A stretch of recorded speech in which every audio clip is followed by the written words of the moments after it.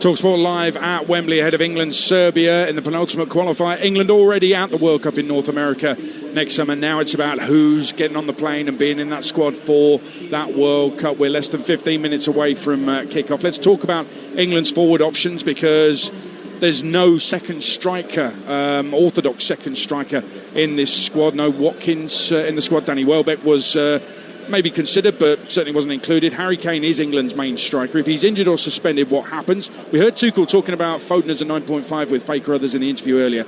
Bellingham's played false nine, we know that, for Real Madrid. Talksport's England commentator Jim Proudfoot, you've been doing some work on Foden and Bellingham in more advanced positions. Well, the pair of them have only scored 10 goals for England in 89 games for their country, and Phil has only scored twice in the last 5 years. Now, that hasn't been as a number 9, of course. Up front in 2025 for Manchester City, he's played just under 5.5 hours worth of football.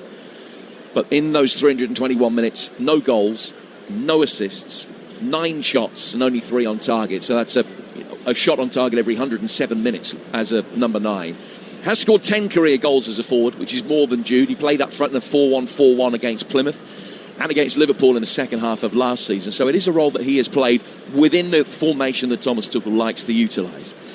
Jude Bellingham's played up front for a little bit more, about an hour more, 6 hours, 18 minutes in 2025, and he scored 4 goals, which is a tidy return. He plays up front generally in a 4-4-2 as a false 9. He's done that in Real Madrid's last 2 Champions League ties, and that included scoring the winner against Juventus, but he's still in single figures when he is playing up front and leading the line.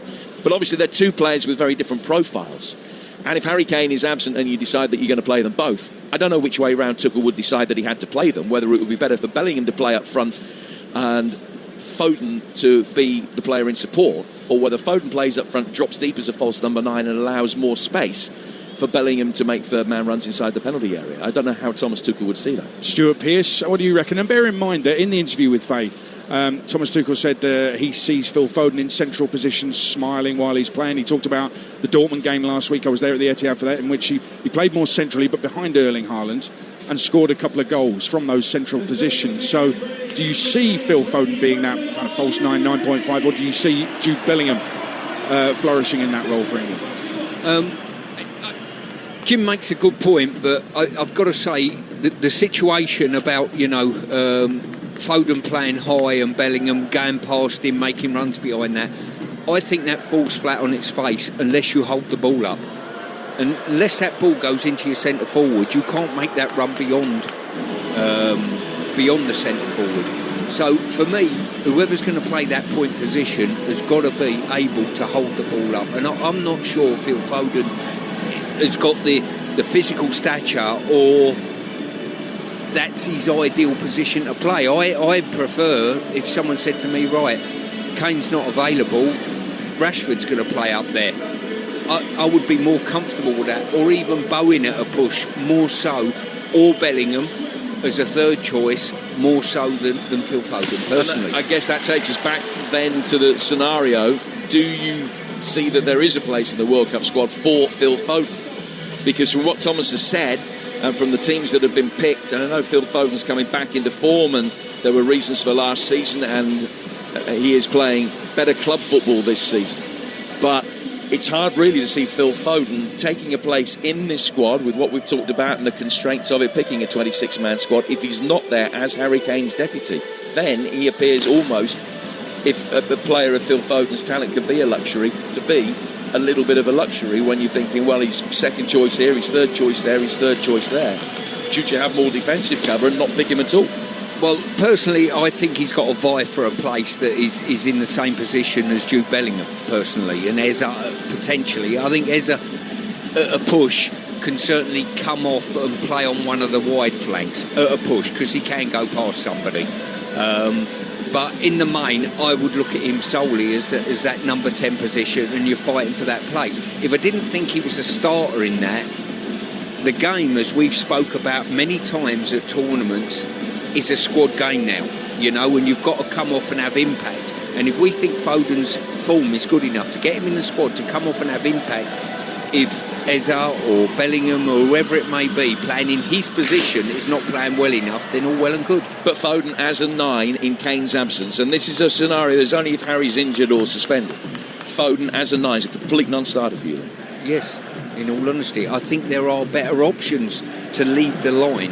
As in, listen, if you say to me, OK, we're winning the game 2-0 and we're seeing the game out and we take Harry Kane off to rest him in a group stage game and we put Foden on to fill the midfield up, different scenario altogether. If you're talking about an out-and-out centre-forward at the top end of the team, for me, it would have to be Rashford to fill in with what we've got in front of us at the moment, Bowen or probably Bellingham. OK, so is Thomas Tuchel making an error here? Because Danny Welbeck couldn't have done more than what he's done already this season to get a recall for the England side. So it seems like that's not going to happen. Ollie Watkins is bang out of form, we know that. But if he recaptures form second half of the season, who knows? If Ivan Toney signs for Spurs in January and scores, 10, 15 goals between then and the end of the season, does he come into consideration? It feels, though, with Welbeck doing what he's doing and Thomas Tuchel saying, no, I'm going to stick with this, it feels like there's no room for a second striker. And if Harry Kane gets injured, first game of the World Cup, we're shattered, aren't we?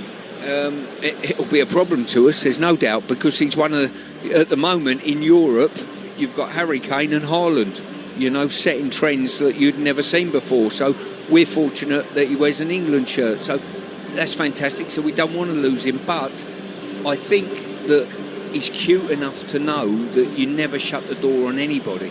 And if Welbeck keeps playing well, he'll force his hand. If Toney comes back and plays well, he'll force his hand as well. Interesting. Those strikers have got to do the business, though. And even if they do, like Welbeck has done, it still might not work for them. Defensively, though, Stuart, no Gahey tonight. He's a certain starter if fit. Are you confident in England defensively? And bear in mind, yes, they haven't conceded a goal in qualifying, but a lot of the teams don't even have a shot on target. I never thought I would be stood here saying after 9 clean sheets and every chance of another clean sheet tonight that the defensive part of our game is probably the weakest, and that's the one thing that worries me the most. But that is the case. I look at our back line now. Reece James has had the odd injury over the last year or so. John Stone's the same, and we're relying on those two. Mark Gahey, fantastic. But at left back, we've had chops and changes, as you mentioned. Left and right back, we've had changes. And are we strong enough defensively to go and win a World Cup? It's a question mark for me. Well, the teams are on their way out. The England flag, the Three Lions, is above the centre circle, being waved, and the pyro has been flying. You've heard fireworks in the background. There's virtually nobody in the Serbia section, but the England section's looking fairly full as England make their way out. Serbia can still make the playoffs. Tuchel in the programme a bit. He isn't sure what to expect from Serbia tonight. That's because they have a new manager in Veljko Paunovic, the former Reading manager, who, when he was manager of Reading, managed to lose to Kidderminster in the FA Cup and only draw at Peterborough in their relegation season from the Championship. He's in charge. It's England against Serbia as we bring you the national anthem, starting with the Serbian national anthem, which is called God of Justice.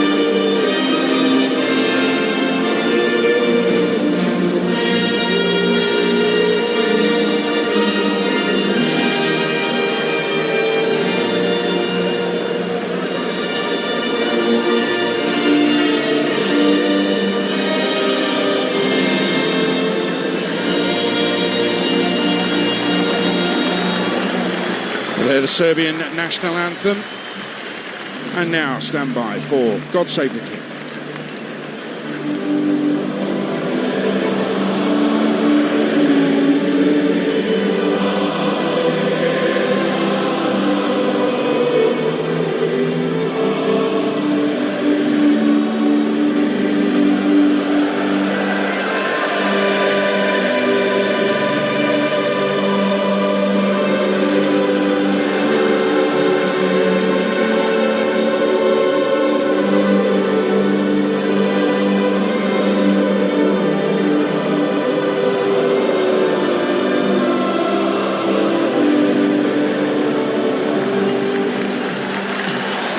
World Cup next summer, England will be there, Talksport will be there, but some of these players might not be. Now's the time to impress Thomas Tuchel. These two always impress on England duty. Your Talksport team for the game, former England captain Stuart Pearce and Talksport's England commentator Jim Proudfoot. Adrian, thank you. And a very good evening to you for England's last competitive game on home soil before the start of the World Cup. And it's a night without jeopardy, the chief task in hand having already been completed, with qualification assured before any other European nation. That's principally down to the last meeting between these two just 9 weeks ago, the night in Belgrade that changed everything.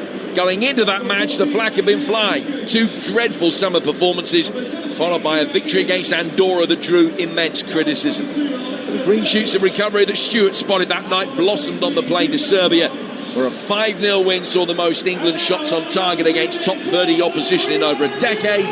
An attacking blueprint laid down and built upon in the subsequent wins over Wales and Latvia. Now there's an established pattern of play, a settled team with a clear identity, and when the England story is written after next summer, that night in Belgrade may well be referenced. Well, Serbia have changed their manager since then. Dragan Stojkovic resigned after the home defeat to Albania, which has put their chances of qualification in real jeopardy. They lose tonight in Veljko Paunovic's first game in charge. An Albanian win in Andorra will seal second in the group and leave the Serbs looking nervously at a raft of other results elsewhere for a playoff via the Nations League. Draw here, and they've still got a chance. There is plenty on it for them. Well, England make 3 changes on a night when the omission of Bellingham's the big news. Pickford's in goal. He could be at 900 minutes without conceding for England by the end of the night. The back 4 of James, Concert, Stones and debutant Nico O'Reilly, who scored 6 career goals, and 3 of them have been here at Wembley. Elliot Anderson plays in front of them. Then Saka, Rodgers, Rice and Rashford with Kane up front. Serbia have Rajkovic in goal, Mimovic, Milenkovic, Pavlovic and Terzic. Zivkovic, Ivan Ilic, Gudelja, Lukic and Kostic. And Vlahovic. It's a change of system. They played with a back 3 for years, playing with a back 4 under the new coach tonight. Well, with qualification assured, England's players are in pursuit of places at the World Cup and places in the record books. Beat Serbia again, and the Three Lions will have won 10 competitive games in a row. And no England side in history can better that. We're underway. England kicking from left to right on one of those nights, very dank, drizzly night, not helped by the immense amount of pyrotechnics 6 or 7 minutes before the kick-off, which have left the smoke lingering in the air in the dankness. First touch for Reece James, who's one of the players recalled tonight, coming back in at right back, finding Ezri Konsa, who's playing at 2 but at centre half, and he's gone back for Jordan Pickford in all the yellow, who comes forward towards the edge of the centre circle before driving a left-footed ball forward. Saka, beaten by Terzic in the air, wins a throw. And we're goalless through the opening 30 seconds here at Wembley. I'm delighted to say that the former England captain Stuart Pearce is watching the game alongside us tonight. Yeah, absolute pleasure, Jim. And it really feels as though the countdown clock's on for next summer now. The draw coming up, obviously, early December as well. The excitement will crank up once again. But just looking at the Serb lineup, you called it earlier. As I say, it's a back 4 from them, with Kostic playing slightly further up the pitch and not being the wing back tonight. Yeah, Kostic played at left wing back when these two met back in the autumn. Ball played forward here and cut out by Terzic, who has dropped in at left back in the 4. Kostic playing ahead of him. And England win the ball back on the near touchline with Reece James. James's ball forward towards Anderson, who's had this stellar start to his international career. His 5th appearance for his country tonight. And he really has excelled in each of the previous 4, or large swathes of each of the previous 4. He's got possession again now. Turn forward to Reece James on the England right. Back from him to Konsa. And across towards John Stones. There haven't been too many occasions where England have played with the same centre-halves that they did in the previous game under Thomas Tuchel. But that's the case tonight. And now James on the right-hand touchline showed the ball to Kostic and laid it back instead to Anderson. Anderson's ball forward into the feet of Bukayo Saka. Anderson gets it again, turning it back inside his own half for Ezri Konsa. England playing with plenty of possession. Often the case in friendlies and qualifiers here at Wembley, but playing with possession at a half-decent tempo in these early stages. There's certainly a desire to get the ball forward. Early touch for Nico O'Reilly, who's the sixth player to make his England debut under Thomas Tuchel. And now Konsa can bring the ball forward. Side putting it down the inside right channel, looking for Morgan Rogers. Anderson comes to attack that and caught his man. And it's a free kick won by Ivan Ilic. That'll be taken by Serbia about 10 yards inside their own half. Elsewhere tonight, some significant games. Iceland have won 2-0 in Azerbaijan. Hungary have won 1-0 in Armenia. And that means that Armenia are out and Azerbaijan are out. Iceland still going. France, who have just kicked off in their game in Paris against Ukraine, will qualify tonight if they win. And that would be good news as well for Romania, who would make it through to the playoffs. Long ball played over the top. Vlahovic chasing. Managed to get a cross-come shot in from a very tight angle on the right-hand side of the penalty area. It's deflected away and goes out of play for a corner. One long ball over the top of the high England back line, threatening to cause problems, but the England defenders, particularly Konsa, had enough pace to be able to deal with the threat of Vlahovic. Yeah, it was. They're playing a really high line there, England, and it was Konsa right on the halfway line, attempting to catch Vlahovic offside, but it certainly didn't work. Good run by the striker, and Serbia have forced a corner with heavy rain coming down. And they've got 8 to attack it inside the penalty area. Swung in towards the edge of the 6-yard box and well headed away by Konsa. Back down towards the corner flag. And Zivkovic will take another one. That was a decent delivery. Plenty of swing and potency. Stewart would say plenty of violence on the ball in from that Serbian right-hand side. They've made a bright start here. Real fight scene inside the 6-yard box for this latest Zivkovic delivery. He's just told to wait, just as he was poised to kick it, because the referee has seen some pushing and shoving going on, and Ivan Kruzliak has called Milenkovic over. He wants a word with him. He wants a word with Rice as well. 2 number 4s being spoken to. Everybody seems happy. Now they will take their relative places inside that congested 6-yard box again. Rogers trying to keep an eye on Pavlovic making a run. This time it's worked short. Clipped in towards the far post. Milenkovic will run round it, let it drift past him, down towards the left wing corner flag. Trying to buy another corner off Rice, but was unsuccessful. Then the cross comes in from Terzic. That's well blocked by Saka and goes out of play for a Serbia throw. It's 0-0 through the opening 5 minutes. Yeah, I think England got fortunate there that the Serbs didn't put that ball in. The first corner was absolutely fantastic. It whipped it in. They had 8 players in the box, really looking at this as a great opportunity. And the second one, they've decided to play short, and it didn't arrive in the box, thankfully.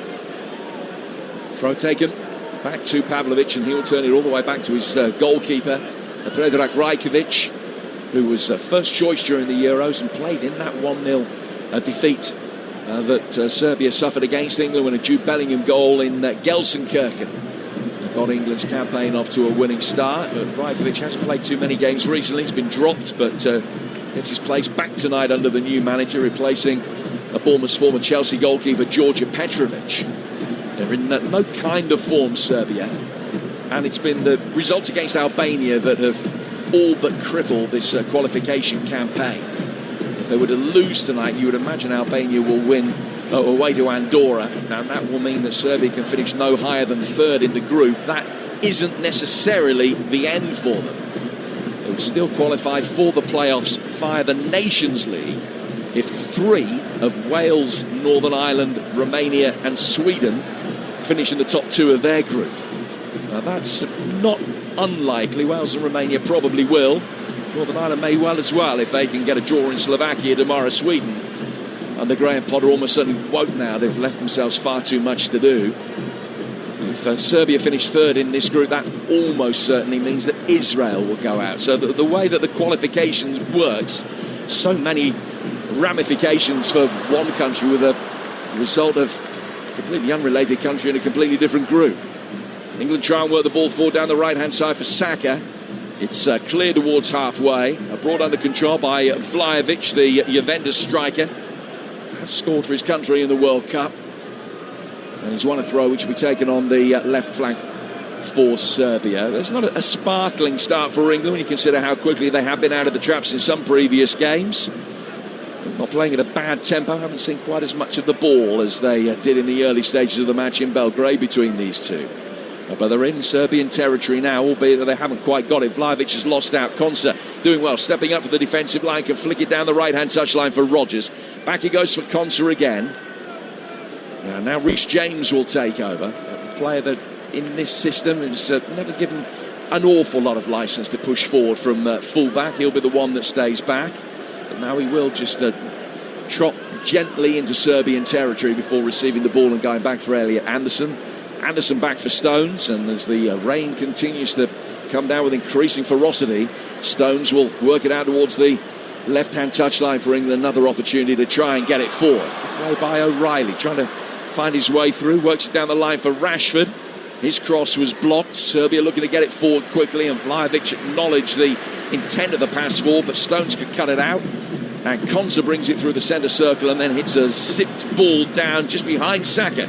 And straight out of play for a throw. 0-0, you're with Talksport. 8.5 minutes gone, and here's Stuart Pearce. Yeah, just looking at the weather coming down. Normally when you get a good dousing of rain, it makes the ball slip, but there's a tipping point where you've really got to push your passes across the turf, and that seems to be the case now. It's just holding the ball up slightly. Another pointer, just looking at O'Reilly, and I'm pleased to see him getting a run out, because I've got to say, I don't think I've seen him have a bad game for Manchester City since he broke into the side last year. Yeah, it's hard to think that this time last year he was playing youth league football in European competition. He's now got 36 Manchester City first team appearances behind him. He's not played for the England under-21s as yet. He's got a handful of caps for the 20s. But making his full debut in this role that he's made his own at City at left back. Although Pep very much still sees him as a 10, and he's produced some sparkling performances there. Videlli with the layoff, back towards Pavlovic, and he finds his goalkeeper Rajkovic, who takes a touch, and then another one nudges it to his right. He's just trying to invite a Declan Rice-inspired press here, but England aren't playing. They're backing off, and they're just allowing Rajkovic to chip the ball out of the penalty area easily. So then headed back from halfway by Stones, trying to get Rashford isolated up against Mimovic, the right back who's been recalled to the side tonight for only his second start for his country. Pavlovic has it again on the other side of the penalty area. Down towards Terzic.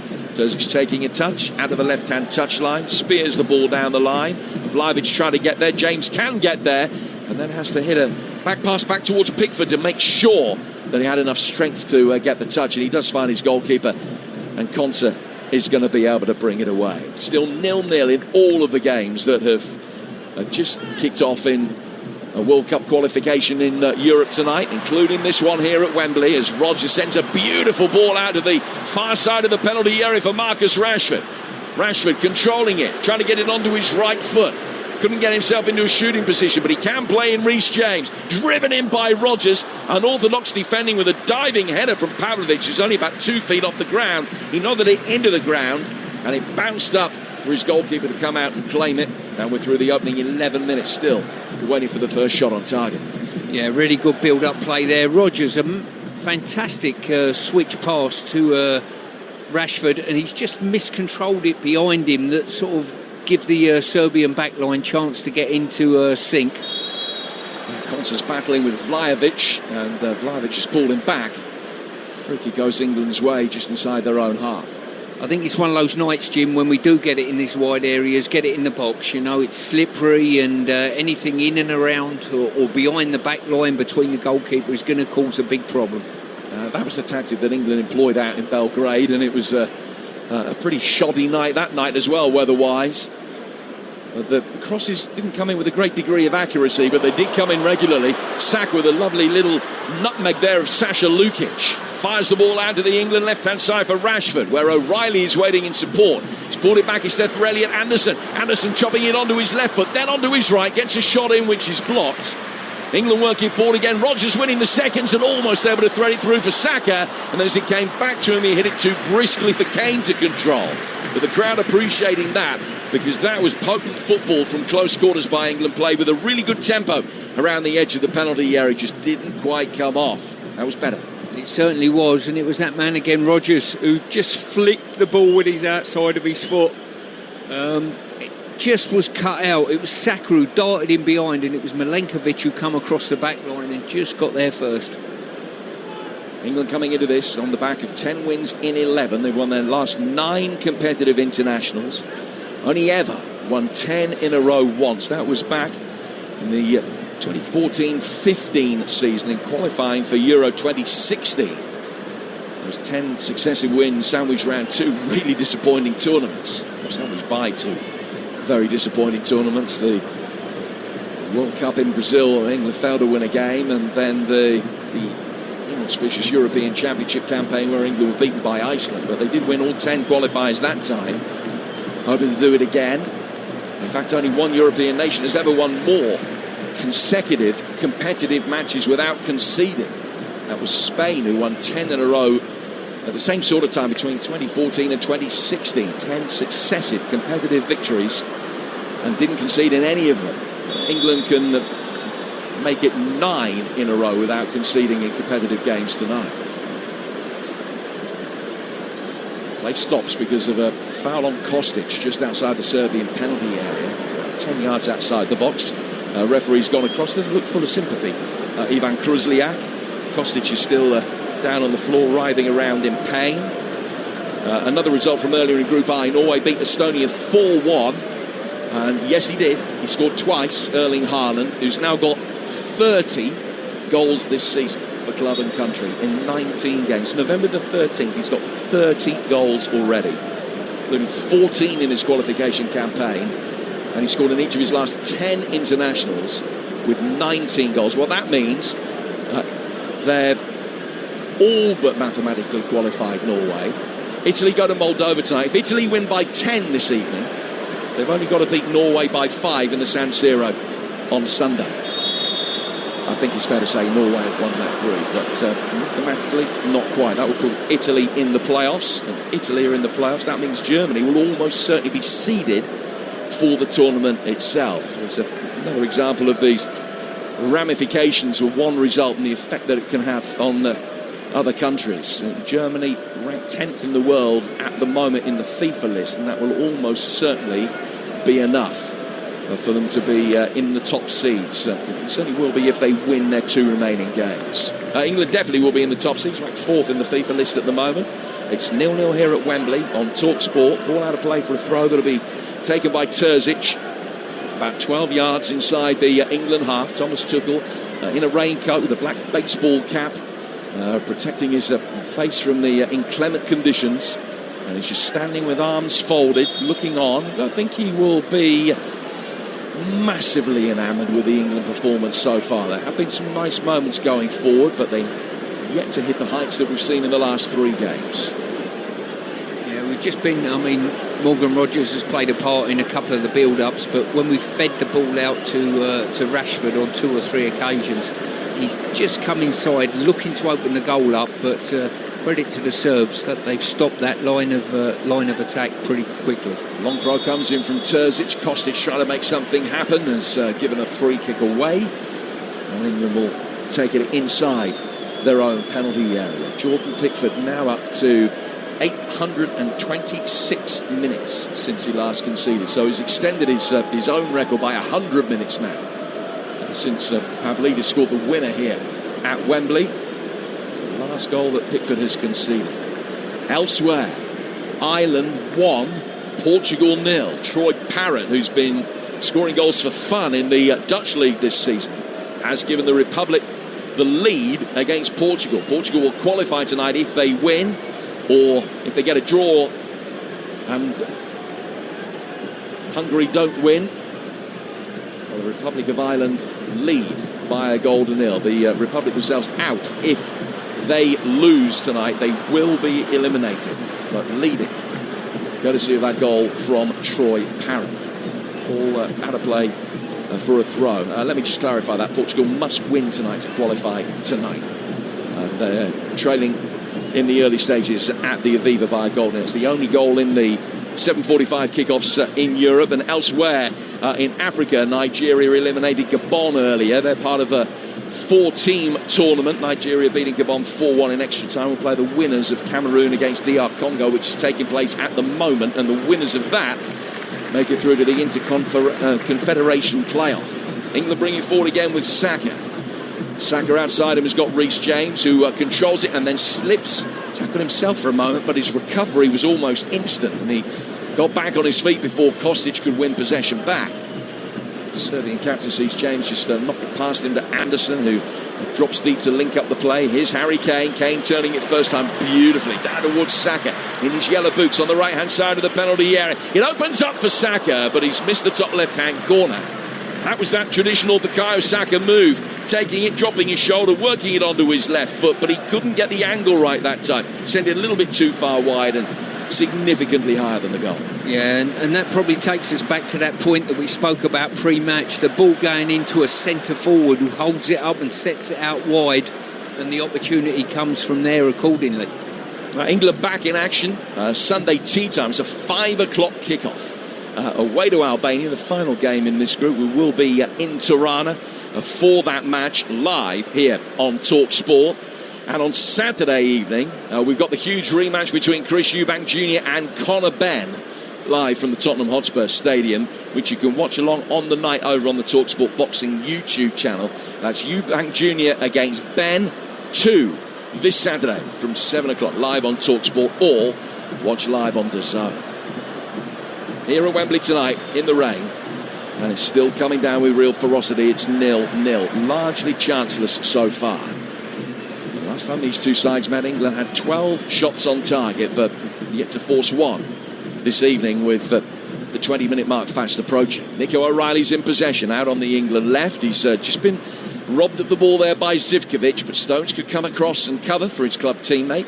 Lays the ball back for Jordan Pickford, who brings it back outside the penalty area to find Anderson.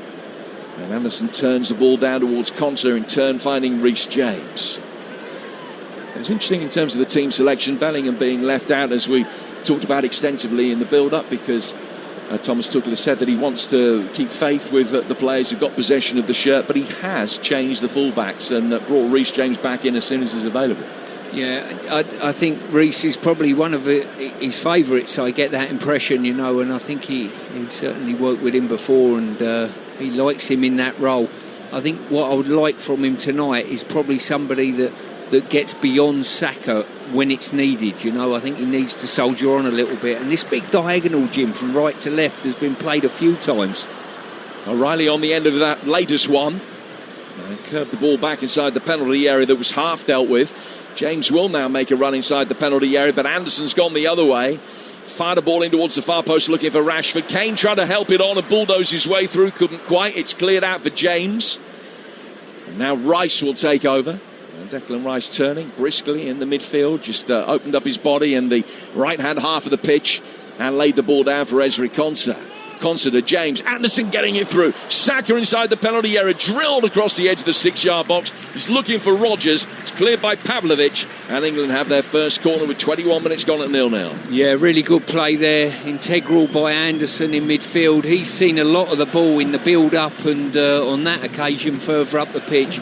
But I think if England are going to be breaking the deadlock anytime soon, it's got to come potentially either from Rodgers finding that little cute pass in and around the last third, or more importantly, when we do switch play to the likes of Rashford and Saka, they've got to go past somebody and open the goal up.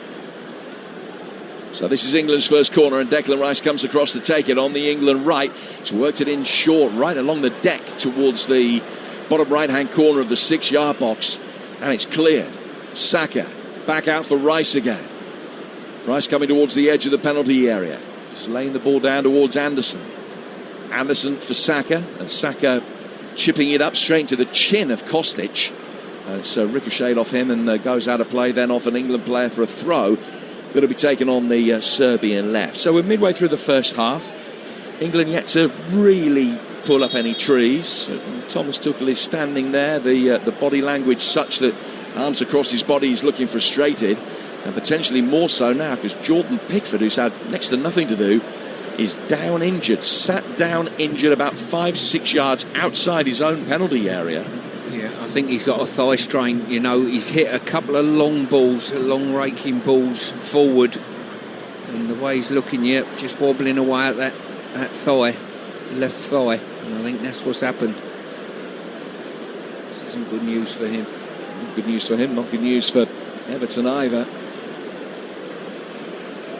Pickford being attended to by the medical staff now.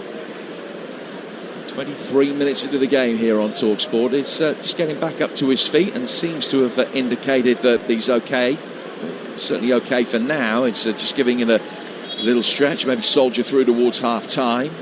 The break has given Thomas Tuchel the opportunity to get his players over and just do a little bit of fine-tuning, discuss what's going right and more pertinently at the moment what's going wrong.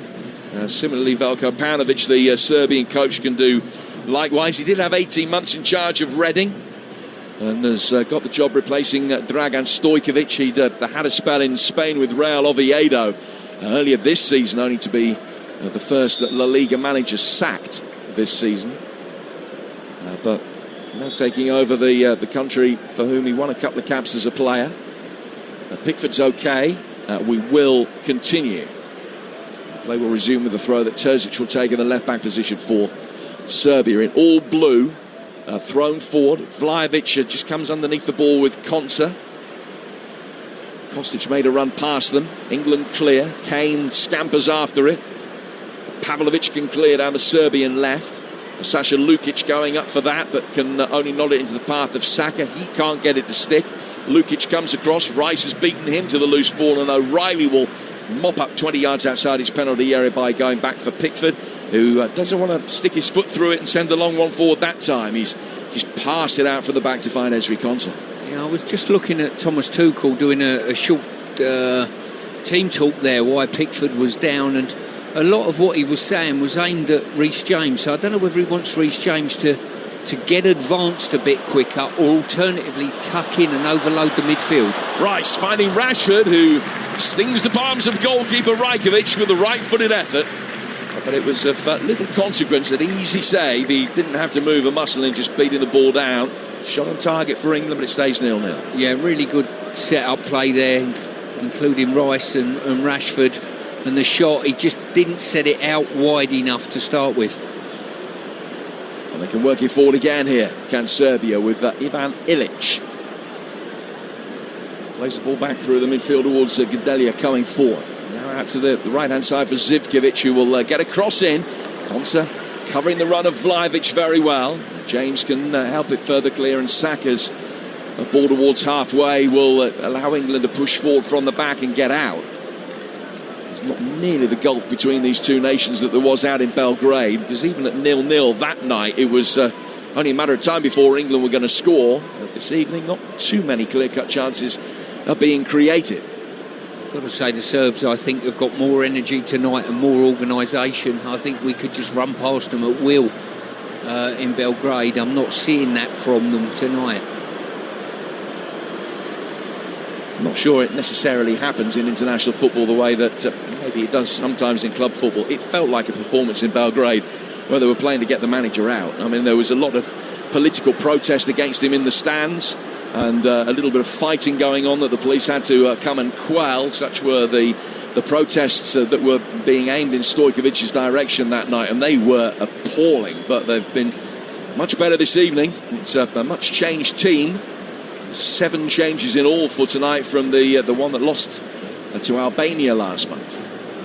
The ball has gone out for a throw that will be taken over on the England left-hand side, about 20 yards inside the Serbian half, and it remains 0-0.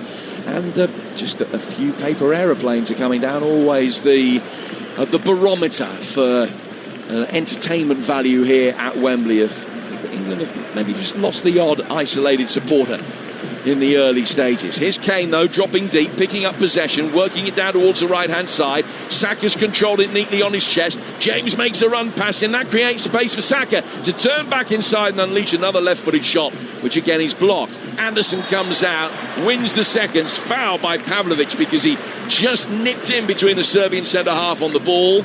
Contact was inevitable.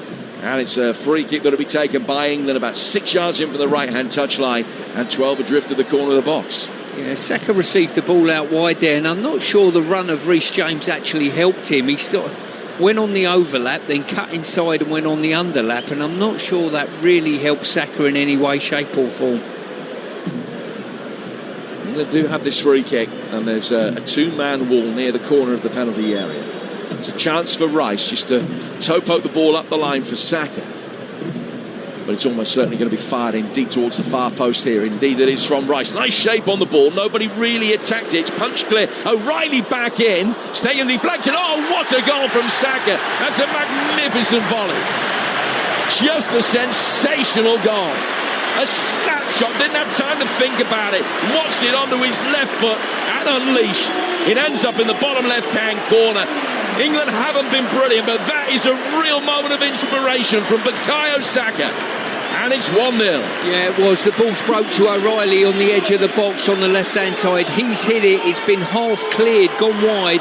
And Saka, well, I've got to say, he made it a very, very difficult technique look very easy. Just opened his body out and guided it into the far corner with his side foot. And it was a very, very clinical finish. Totally wrong foot in the goalkeeper. 28th minute opener for Bukayo Saka. His 14th goal for his country. And his second under Thomas Tuchel, to add to the one that he scored against Wales. They have actually dried up for him in his international career a little. That's only his third in his last 19 games. But wow, what a moment. I mean, he struck it beautifully. The goalkeeper's weight was going the other way to watch the cross, and then Saka just pinged it past him. He'd have another 50 goes at that, he wouldn't hit one as sweetly. It's 1-0 to England. Yeah, the control on the ball was absolutely wonderful, and it's the breakthrough that England needed to settle down a little bit. As you say, the performance has been okay, and now we've got reward for that performance. Yeah, it's been a steady 6.5, hasn't it? It hasn't been the 8.5, 9 that we've seen from England in the last 3 games, nor has it been the 4.5 that has been in evidence at times over the past year.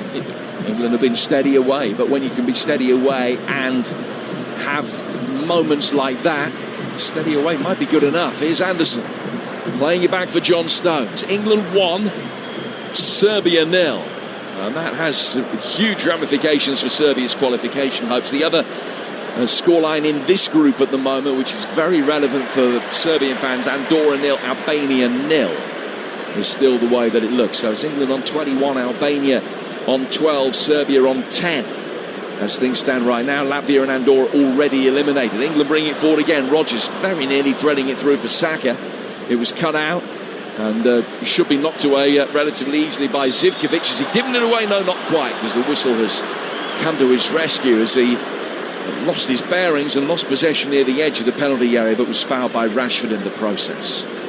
I'll tell you what, this is a part of England's game that we've just seen then that I think's improved a little bit. Ratting after the ball. When we've lost the ball just then in sort of mid-band of Serbia's half, there was 4 or 5 players going after the ball and going after it quickly, and I think Serbia got very fortunate then getting that free kick. Rajkovic clears from the edge of his own 6-yard boxes. It was played back to him by Milenkovic. And they're winning it back on halfway with Reece James, with Concert caught off the ball. Play goes on. Stones laying it back for Pickford. Pickford again very reluctant to try and unleash a long ball forward, as if he's nursing his thigh through this, having had that treatment 6 or 7 minutes ago. He's played a couple of composed side-footed passes there. Kane's in possession, but he's 20 yards inside his own half. He's got outfield players 50 yards ahead of him. That's how deep he dropped as he worked it forward there. Saka chasing after it, wins the throw from Pavlovic, which will be taken by the England goal scorer. Now he's going to leave it instead for Reece James. England with an excellent record when they've scored first in games. Last season they won 8 out of 9 when they took the lead in matches, the only exception being that friendly against Senegal. And this season they've won all 4 matches when they've scored first. Anderson works the ball wide for O'Reilly. Give you the England trivia question in a few minutes' time. as the ball is played down to the right-hand side for Ezri Konsa. I'll just give you a little taste of something completely unrelated, but just one to think about over the next couple of minutes before I give you England's trivia question. O'Reilly playing tonight is the second man to play for England who was born in 2005. Who's the other one? Just let you contemplate on that just for a couple of minutes. The ball played over the top. Rice making a run after it, but it's cleared. It'll be brought down by England again, with Kane dropping deep and almost playing in Rodgers, but on the stretch the Villa man couldn't bring it under control. Serbia clear, but from the back now it's a little bit panic-stricken when they have the ball at feet. They'll just try and hammer it away, and England are able to turn over possession easily, and the goal has settled England down and has flustered Serbia to 1-0 with a wonderful strike from Saka, who's in possession again now. From him for James, and turn forward to Anderson. Rodgers making a run down the line past Saka. Saka controls it, lays it back for Reece James. The edge of the centre circle is Stones. Out it goes to Nico O'Reilly. O'Reilly cleverly turning it round the corner for Rashford. Rashford brilliant, got past his man. Pavlovic came across and stopped him getting any further, but very quick feet from Rashford, a player whose confidence is clearly high after a wonderful 6 weeks for Barcelona. And he's won a throw. Yeah, he's received the ball on a few occasions out in that wide area. A couple of times, just slight miscontrols that have not put him on the front foot. But he is a real threat out there. England will work it forward again with Anderson. And now Rice will bring it forward. He's putting his foot underneath it. A very aerial pass out towards Bukayo Saka. One that really will have come down with rain on it. Back for Reece James. Down for Rodgers, who's drifted away to the right flank for a moment. England 1-2 between him and Saka. The second half of it didn't come off, and Sasha Lukic can stick his foot on the ball, finding Kostic. Pavlovic seems to be everywhere at the moment. He's stepped up from the defensive line and found Dusan Vlahovic. Tried to get the ball down for Terzic, the left back, to make a run forward down the left-hand touchline. But Konsa cut that pass out. And now Kane, who has played deeper than we've seen him of late, has picked it up again and will take on Milenkovic out towards the left-hand touchline. Pulls the ball back. Referee has to take evasive action. Rashford can still get on the end of it and stings in a right-footed shot that the goalkeeper could save, but he's fouled Pavlovic in the process. And it's going to be a free kick which will be taken by Serbia. He's going to need a little bit of treatment. So, one England player before Nico O'Reilly, born in 2005. Did I suck you in for Miles Lewis Skelly? You've got me, yeah. It's not him. He was born in 2006. So the answer... Mainu. Kobbie Mainu. Well done, Stu. Good answer. Kobbie Mainu, who's nowhere near the squad at the moment. Here is the trivia question for tonight, though. This just gives you a little bit to think about. So England have scored in their last 18 internationals. That's their best run for more than 70 years. Now, within that run, there are 8 players who have scored who've never played football for a London club. Who are they? So in England's last 18 games, they've scored in them all, and 8 players have scored for England in that run, or 8 England players, I'm not including own goals, 8 England players have scored in that run who have never played club football for a London club. Who are those 8? Just let you discuss that. 1 or 2 obvious ones, 1 or 2 that might take a little more plucking out of the ether. We'll discuss it. We'll get the thoughts of Adrian Stewart and the rest of the team at half-time as to who a few of those might be, and we'll give you the answer probably about midway through the second half, something like that. You're not missing anything, because Serbia are just taking Mimovic off over on the far touchline after that heavy challenge. It looks as though they might be forced to make a replacement. He's walking off very gingerly behind that goal away to our right-hand side. And the Serbs are just preparing to make a change, are they? No, not just yet. It's not Mimovic, actually, over on that far touchline. The player that is being helped away, it is Ilic. I beg your pardon. So Ivan Ilic just making his way behind Rajkovic's goal as we speak. Temporarily, the visitors down to 10 men. They trail by a goal to nil. Scored by Bukayo Saka on 28 minutes here on Talksport. Remember, Sunday tea time, England in Albania to conclude this group, and we will be there. Anderson laying it back for Pickford. We'll be hoping to be fit enough for that 5 o'clock kickoff on Talksport on Sunday. It's ball out towards Reece James, was just a little bit too hot. James got his head to it but couldn't keep it in. Throw taken quickly by Terzic. And he's laid it back towards Lukic. And Lukic will bring the ball through the centre circle. Gets it out towards the right flank. Receives a return ball from Mimovic right in front of a big cross of St George with Portsmouth blazing proudly across it over on that far side. Now Rajkovic will clear from the edge of the D. Serbia getting Stankovic ready. He's going to be coming on in a moment. 1-0 England lead. Anderson trying to win the ball back, but they've done well to get it past him. Ball across the edge of the 6-yard box. Stones forced to slide in and get the ball away, and Pickford comes out and appreciates his defensive effort. High five between the pair of them. Serbia, though, win a corner and will now make the change with Stankovic coming on for Ilic. 7 to go to half-time. It's 1-0 to England. Yeah, if I was the Serbs now, I'd be whipping this under the crossbar. I'm not sure we'll see Jordan Pickford in the second half. You know, since that thigh problem he had, he's failed to kick the ball any length whatsoever. So if I was them, they've certainly loaded up numbers in the box once again. I would imagine that a set piece might be their best avenue. England haven't conceded a competitive goal for 762 minutes. Another corner to defend. It's punted inside that 6-yard box and pushed away by Jordan Pickford. Back outside the penalty area, and Terzic has blazed one way over the bar. Now the Salzburg fullback, who's just scored the 1 international goal so far, missing the target by some distance. Pickford will retrieve the loose ball himself from in front of the hoardings away to our left-hand side. Goal kick that looked as though he was going to leave for Konsa. Has in fact just put the ball down for John Stones to restart play. 1-0 to England here on Talksport. Anderson, England really close to taking liberties as they tried to play out from the back and through the Serbian press. Every pass was neat enough and tidy enough to find its intended destination, but I think there were a few Serbian faces lit up for a moment there. They thought they were going to be able to win possession back inside the penalty area. They didn't.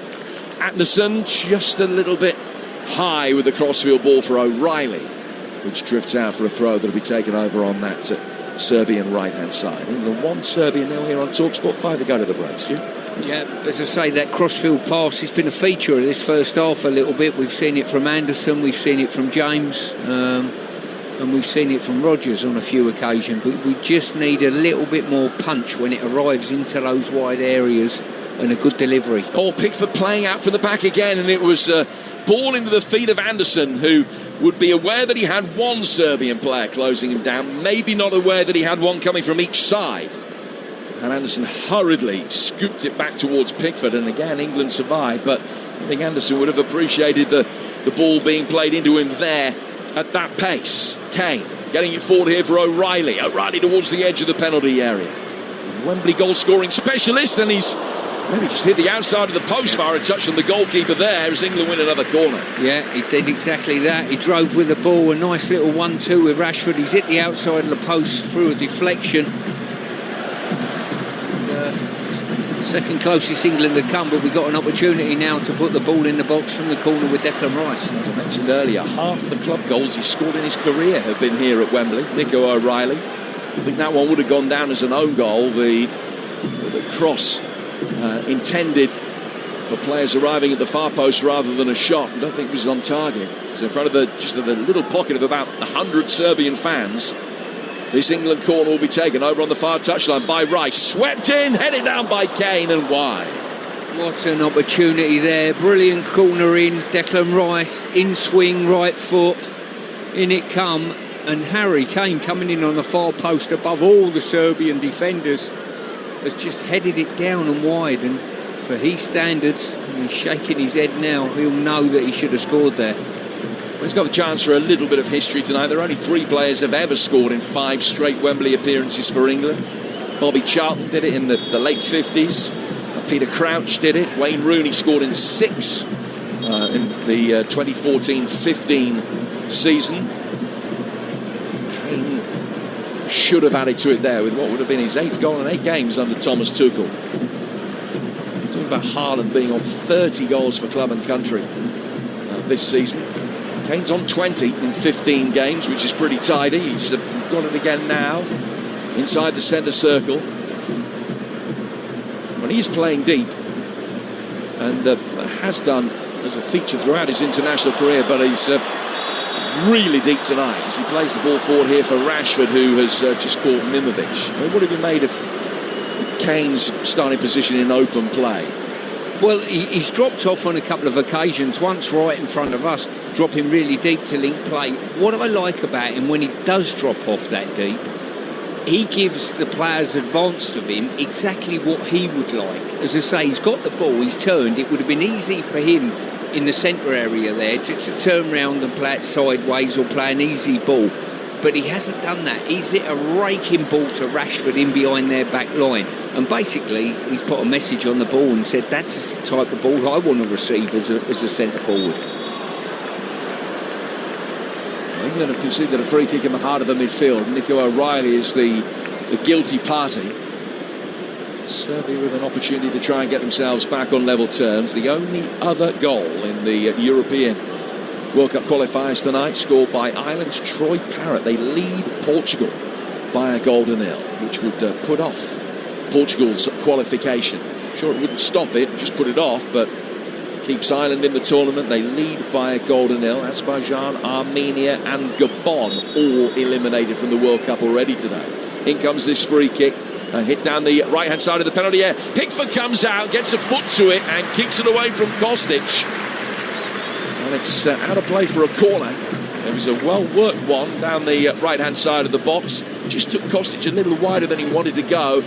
Pickford could come out and make a save. Kicks it away and it goes out for a corner. Troy Parrott scored again. Ireland 2. Portugal 0 at the Aviva. I think many saw that coming. Another Serbia corner. It's their 5th. In towards the edge of the 6-yard box and comfortably knocked away. Out for a left-footed effort. It's taken a couple of deflections. Should be easily mopped up at the back. Stones can get it clear. Saka, Rodgers, punts one forward. Rashford's going to chase. Mimovic has misjudged the bounce. Rashford just played it too far ahead of Declan Rice, but the goalkeeper took his time in getting out there, made contact with Rice and the ball, and then was able to get back to his feet to mop up and do the rest. And his coach Paunovic applauds from the edge of the technical area. I think his heart was in his mouth for a moment. Thought that might be giving a penalty away. Just got there in time. We're into 3 minutes of added time and it's still 1-0 England. Yeah, great opportunity there to counter-attack, and Rashford just got his pass too heavy for Declan Rice. Declan's done brilliant to try and salvage something from it. So Rhys James crosses, given a header by Rodgers at the near post, but it goes wide. Yeah, ball into the box there. And just going back to that last build-up to the corner, free kick for the Serbs. Rhys James just got caught flat-footed by Kostic there, and I think that the mobility of Pickford wasn't as sharp as it could have been. We're really surprised to see him in the second half, and he has got a slight niggle. It could easily be Dean Henderson that would come on, which would mean it wouldn't count as a clean sheet for Pickford if he doesn't play the full 90 minutes, but clearly would add minutes to his own personal record, which is currently 855 without conceding an international goal. Anderson heading the ball through the midfield. O'Reilly to Rashford. Turn forward towards Declan Rice. Back out towards Marcus Rashford again. England asking most of the questions, certainly all the ones in open play at the moment, but Serbian set pieces do just have an element of threat about them. We're midway through the 3 additional minutes here on Talksport, and Bukayo Saka's beautifully struck left-footed volley remains the difference between the teams. Rhys James to Konsa. Anderson facing away from the direction of travel, plays it back for Stones. Anderson's got it again. Now towards James, 2 yards in from the right-hand touchline. Plays it back for Anderson. Anderson to Rodgers, who's just dispossessed in the midfield by Sasha Lukic. Serbia winning it back. Gudelja, the deepest lying of the five in midfield, has done well to dig the ball out and play fall for the fullback Mimovic, who's deflected cross through the penalty area, goes away and out for another corner to Serbia. They're sixth. England have only had two. Well, if England can survive this particular passage of play, then they will have a half-time lead. Yeah, as I say, we've defended the corners reasonably well at the moment, even though the delivery's been pretty good, and the Serbs certainly are putting 6, 7, 8 players in the box on occasion. So this is the last Serbian attack of the first half. In the third minute of stoppage time, Milenkovic has come forward, Pavlovic is there as well. Ball in towards the near post, great header away from Nico O'Reilly. And that will be half-time. And England have the lead. They haven't been at their best, but they do lead by a goal to nil. Bukayo Saka with it on 28 minutes. Everybody taken in that was the half-time whistle. Just sparing my blushes. That is the half-time whistle now. I don't know, whistle in the crowd. I've been doing this job for 35 years. I still can't tell when the players stop and when they don't. It is half-time.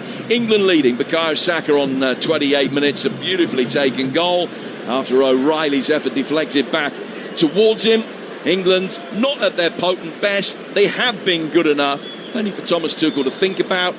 And Serbia have asked some potentially difficult questions from an array of set pieces. But England lead by a goal to nil at half-time. Yeah, just watching Jordan Pickford here. He's just walking off, no sprinting off. And it doesn't seem to be limping or anything.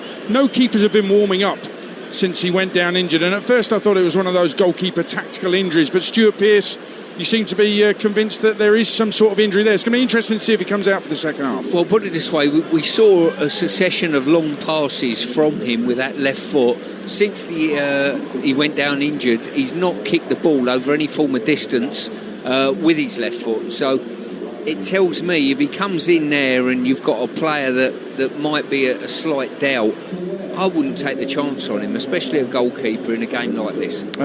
David Moyes might be wondering as well. Mark Travers is the reserve keeper at Everton. David Moyes probably won't want him to come out for the second half, probably won't want him to go to Albania this weekend either.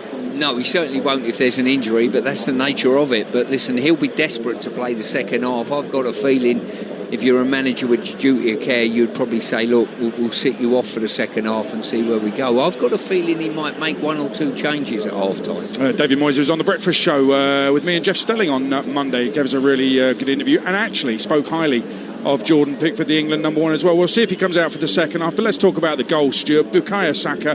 I mean, he just scored a goal for England against Wales last month to become the highest scoring England player from Arsenal ever, when Thomas Tuchel said he needs to score more England goals. Well, Saka himself told our England correspondent Faker Others this camp that he agrees with that assessment. He needs more goals. Before that Wales goal, he'd scored 1 in 16 for England, 1 in 2 years, which is an extraordinary thing. But that was a sweet finish. That's what Bukayo Saka can do. That was brilliant, wasn't it? Well, we've seen a couple of outstanding goals from him, fading into that far corner. This one wasn't that big curler into the far corner. It was guided. It was thought out. It was... Listen, it's so easy to get that wrong, and he made it look so easy. It was a wonderful finish. Thomas Tuchel said he wanted intensity, he wanted energy. He's not really had that, has he? Is this why you're thinking there may be changes at half-time? Yeah, I think maybe to freshen it up a little bit. I think the conditions, the drizzles continually come down over this half, and I don't think the ball's rolling across the turf as slick as it could. We've switched play quite well and got it to Rashford, but, he's flattered to deceive slightly when he's got it. He's not opened the goal up for a shooting opportunity, but I've got to give some credit as well to the Serbs. They forced a lot of corners. I think they're more dogged now than the performance I saw from them back in Belgrade. I thought they were awful then, if I'm being quite honest with you. I think they show more athleticism today and a better shape to their defensive work. Yeah, absolutely. I mean, they're way better than they were now. 5-0 win in Belgrade. You're listening to Kick-Off on Talksport with Ladbrokes 18+. BeGambleAware.org. It's a sweet Saka strike and England lead by a goal to nil live on Talksport. Kick-Off on Talksport with Ladbrokes. 18+. GambleAware.org. Amazon offers term time working to their employees, like Anton. who's home to look after his daughters during their holidays. Hello? To him, this is the best sound in the world. Actually, maybe that's the best sound of all. Now that's term time working. Offered at Amazon. 10 weeks off guaranteed per year. Mix of paid holiday and unpaid time off. Conditions apply. Our Black Friday event is now on, and you can save 20% on all flights. Whether it's sun, city or ski, save big when you fly with Jet2.com. Fly direct from London Luton Airport to some amazing destinations, with great flight times and 10 kilograms of hand luggage included. Don't miss out. Book now at Jet2.com. Friendly low fares. Subject to availability and conditions.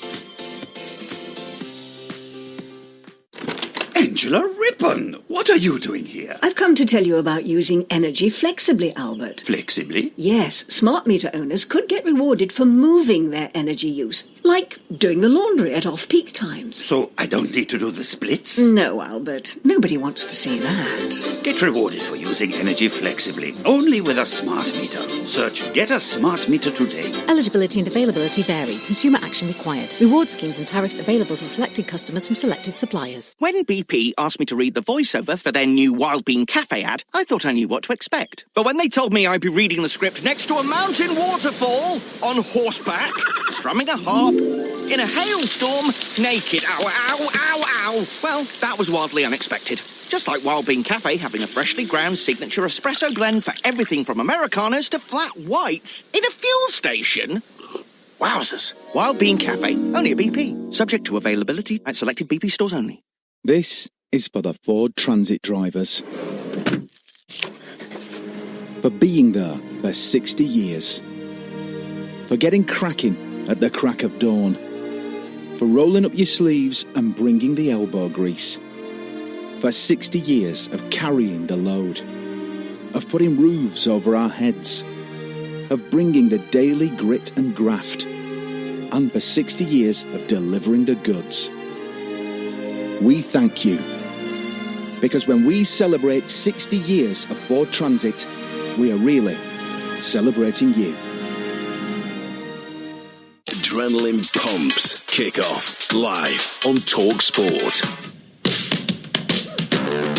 World Cup next summer, England will be there, Talksport will be there, but some of these players might not be. Now's the time to impress Thomas Tuchel. We haven't got too many games left. Yes, we've got months left between the World Cup, but we haven't got too many games, or the players haven't. Rice finding Rashford, who stings the palms of goalkeeper Rajkovic with a right-footed effort. This evening, not too many clear-cut chances are being created. Punch clear. O'Reilly back in. Staying deflection. Oh, what a goal from Saka. That's a magnificent volley. Very, very difficult technique. Looked very easy. Just opened his body out and guided it into the far corner with his side foot. Performance has been okay. And now we've got reward for that performance. Well, we'll wait and see if Jordan Pickford comes out for the second half. Everton's next game is at Man United, Monday, November 24. And it's live and exclusive and only on Talksport here tonight at Wembley. England 1-up against Serbia. Let's get the halftime odds with Ladbrokes. Odds update on Talksport with Ladbrokes. Get a free bet every week of the season and a big boost every day. That's Ladisfaction. Minimum £5 bet. Conditions apply. 18 plus gambleaware.org. So England lead, they're 12-1 on to carry on and win the game. Serbia 28-1 to turn it around. The draw 15-2. That's the latest odds with Ladbrokes. 18 plus speak gambleaware.org. Odds update on Talksport with Ladbrokes. Get a free bet every week of the season and a big boost every day. That's Ladisfaction. Minimum £5 bet. Conditions apply. 18 plus gambleaware.org. Now, thanks to our friends at Virgin Atlantic, we're giving you and a mate the chance to win the ultimate trip of a lifetime to Las Vegas. You'll kick things off in style with exclusive access to the Virgin Atlantic Clubhouse Heathrow. Then fly in upper class comfort, lie flat beds, premium service all the way to Vegas. Once you touch down, you'll check into a spa villa for 4 nights. Cheer from the stands as the Las Vegas Raiders take on the Kansas City Chiefs. And we're throwing in £5,000 cash to play with while you're there. So clear your calendar, January the 2nd to the 7th, 2026, because this could be the best start to your new year ever. And good luck. 21 plus, UK excluding Northern Ireland. For a chance to win, text WIN to 83338. Text at £2 plus standard network rates. Bill payer's permission required. Or call 03434239761. Calls are charged at standard rate. All entries must be received by the 28th of November at 4 p.m. This is a network promotion. Run across Talksport, Virgin Radio UK and Talk. Full terms and conditions at talksport.com. Well, great to hear. Earlier this week on TalkSport, Eubank and Ben, the dads, were in the studio with White and Jordan. It was a terrific listen. And this Saturday night, TalkSport brings you the huge rematch between Chris Eubank Jr. and Conor Ben, live from the Tottenham Hotspur Stadium. Heavyweight Dave Allen joins our expert boxing team, bringing you all the action. And you can watch along with us on the night over on the TalkSport Boxing YouTube channel. That's Chris Eubank Jr. versus Conor Ben this Saturday from 7 p.m, live on TalkSport or watch live on DAZN. We've just had the pre-fight press conference, more on the sports bar from 10 on that, while tomorrow TalkSport Drive will be live from the weigh-ins at your call in Bethnal Green as we continue to bring you the best build-up on Fight Week. That's from 4 p.m. tomorrow. And on tomorrow's TalkSport Daily podcast, Stuart, Jim and I will be breaking down everything you need to know from this game between England and Serbia. Plus, you'll be hearing from the England manager, Thomas Tuchel, and some of the England stars as well. TalkSport Daily available first thing tomorrow morning on all the usual podcast platforms. Plus, my marks out of 10 post-match will be on the website, talksport.com. Stuart Pearce pulling a face as per usual. How many England scorers have you got from the triv question from Jim Proudfoot? So, Jim, just reset the question for us, please. OK, so England have now scored in their last 19 internationals, which is their best run for more than 70 years, going back to 1953. But there are 8 players that have scored a goal for England in that time who have never played football for a London club. So we're talking about a run that goes back over, just about a couple of years or so. So someone that scored a goal for England in the last couple of years who's never played club football in London. Who are you going for? Jack Grealish. Jack Grealish is correct.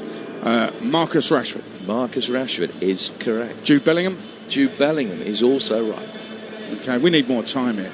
When are you going to give the answer to this? Oh, we'll give you the answer about, 25 minutes into the second half, something like that. So, just around the midway stage of the half with about up to 70 minutes, something. So you just said in the last couple of years, but in my mind I had Conor Cody. That wasn't the last couple of years, was it? No, Connor's an incorrect answer. Phil Foden? Phil Foden hasn't scored for England in that time. Flipping it, Stuart. Come on, mate. Come on. Listen, the second half is going to get underway shortly. If you do know, it's just for fun, isn't it? Unless Jim wants to dish out any expensive prizes, I'm not sure. No, just for fun. Highly unlikely. Yeah, you know me. Don't believe you put my hand in my pocket. Let me tell you elsewhere, Ireland 2-0 up. Troy Parrott with both. There's a Parrott joke in there somewhere. When Jim said Troy Parrott's got the second, I expected Stuart Pearce to say who? And he'd have to say Troy Parrott again. You missed your chance. I know. I'm poor tonight. When he secures the hat-trick. Can we do that one, please? And also, we were talking pre-match about England not having a second striker. Norway on the brink of qualifying for the first time this century for a World Cup. Haaland, 30 goals, club and country in just 19 games. 53 goals in 47 games for Norway. 2 tonight in the 4-1 win. Erling Haaland was born in Leeds, England. He could have been our second striker. Well, they've scored 33 goals in that qualification campaign. 19 of the 33 have been scored by players born in England. Because Thilo Asgard's got 5 and Haaland's got 14.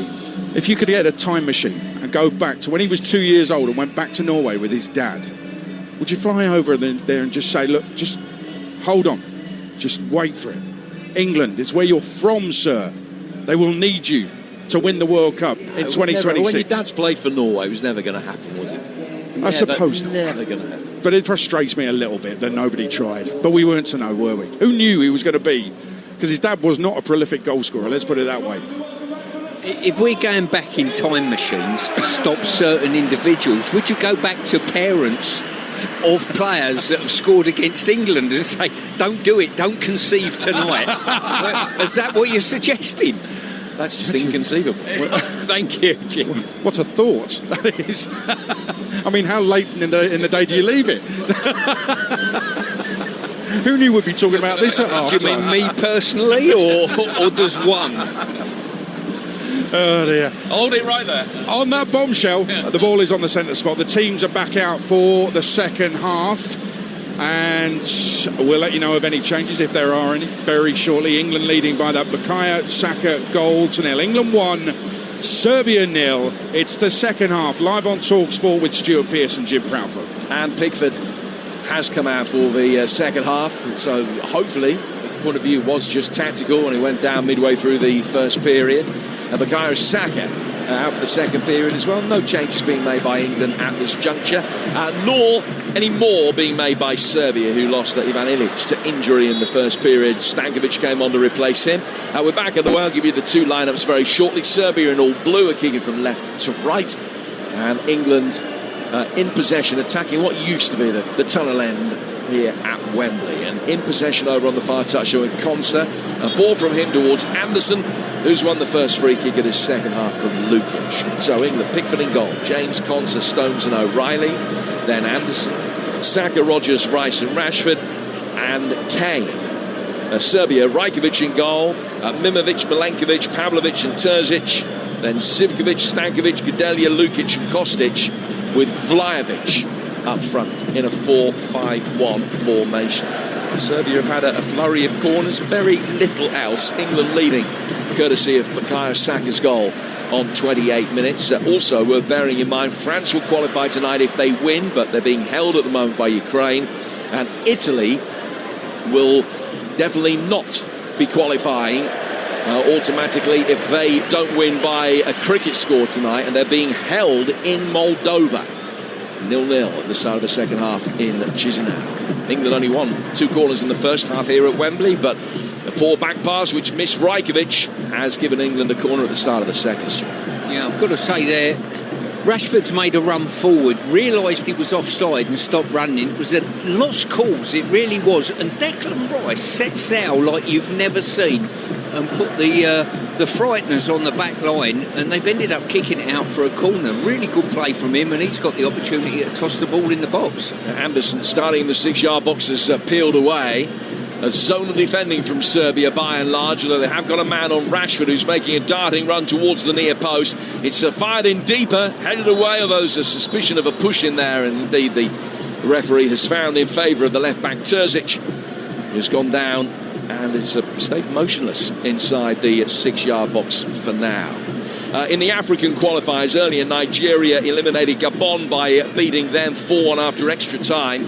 It's Cameroon 0, DR Congo 1 in that game in Rabat in Morocco, and that was a 7 o'clock kickoff, so it's a very late goal there in stoppage time, and that would mean that it would be DR Congo against Nigeria in the African playoff final on Sunday. The winners of that would go through to the Interconfederation playoffs in March. They would still have work to do, potentially another 2 games to get through, but it does look as though it's going to be Nigeria against DR Congo. There's an Asian qualifier earlier as well. The first leg of that, Iraq getting a draw in Abu Dhabi. The second leg is in Basra on Tuesday. A couple of CONCACAF qualifiers later. Jamaica and Honduras can both qualify automatically this evening if results go their way.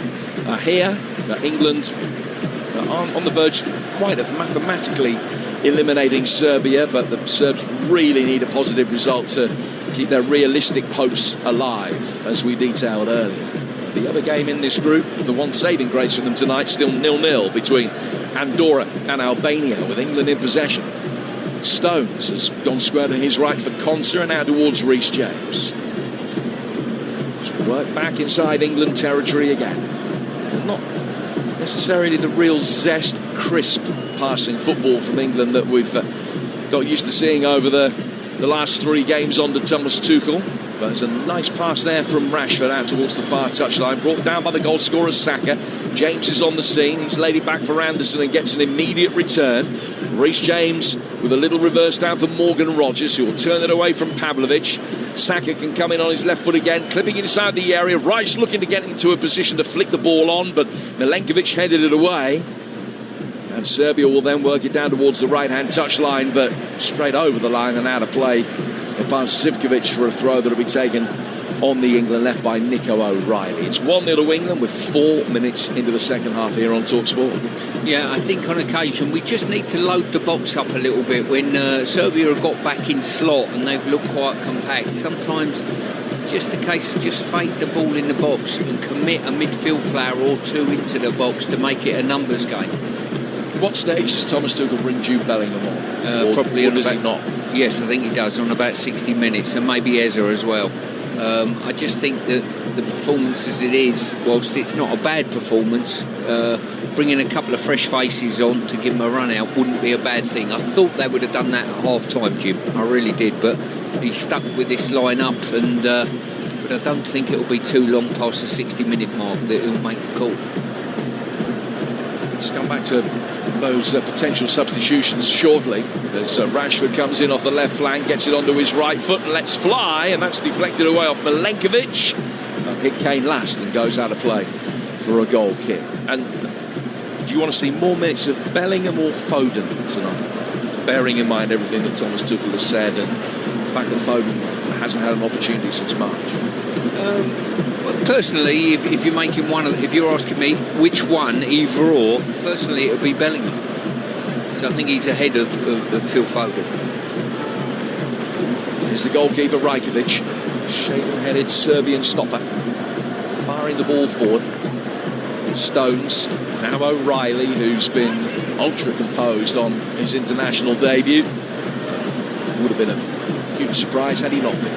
Anderson bringing towards the edge of the centre circle. Your reaction to this England performance will be fascinating. 03717223344 is the number that gets you through to the sports bar tonight. England leading Serbia 1-0. Jamie O'Hara and Jason Cundy will be taking your calls. We'll also have all of the reaction here from our England correspondent Faker. Others will be speaking to Thomas Tuchel and the headline makers as well here on Talksport. Their reaction and yours entwined together on the sports bar tonight.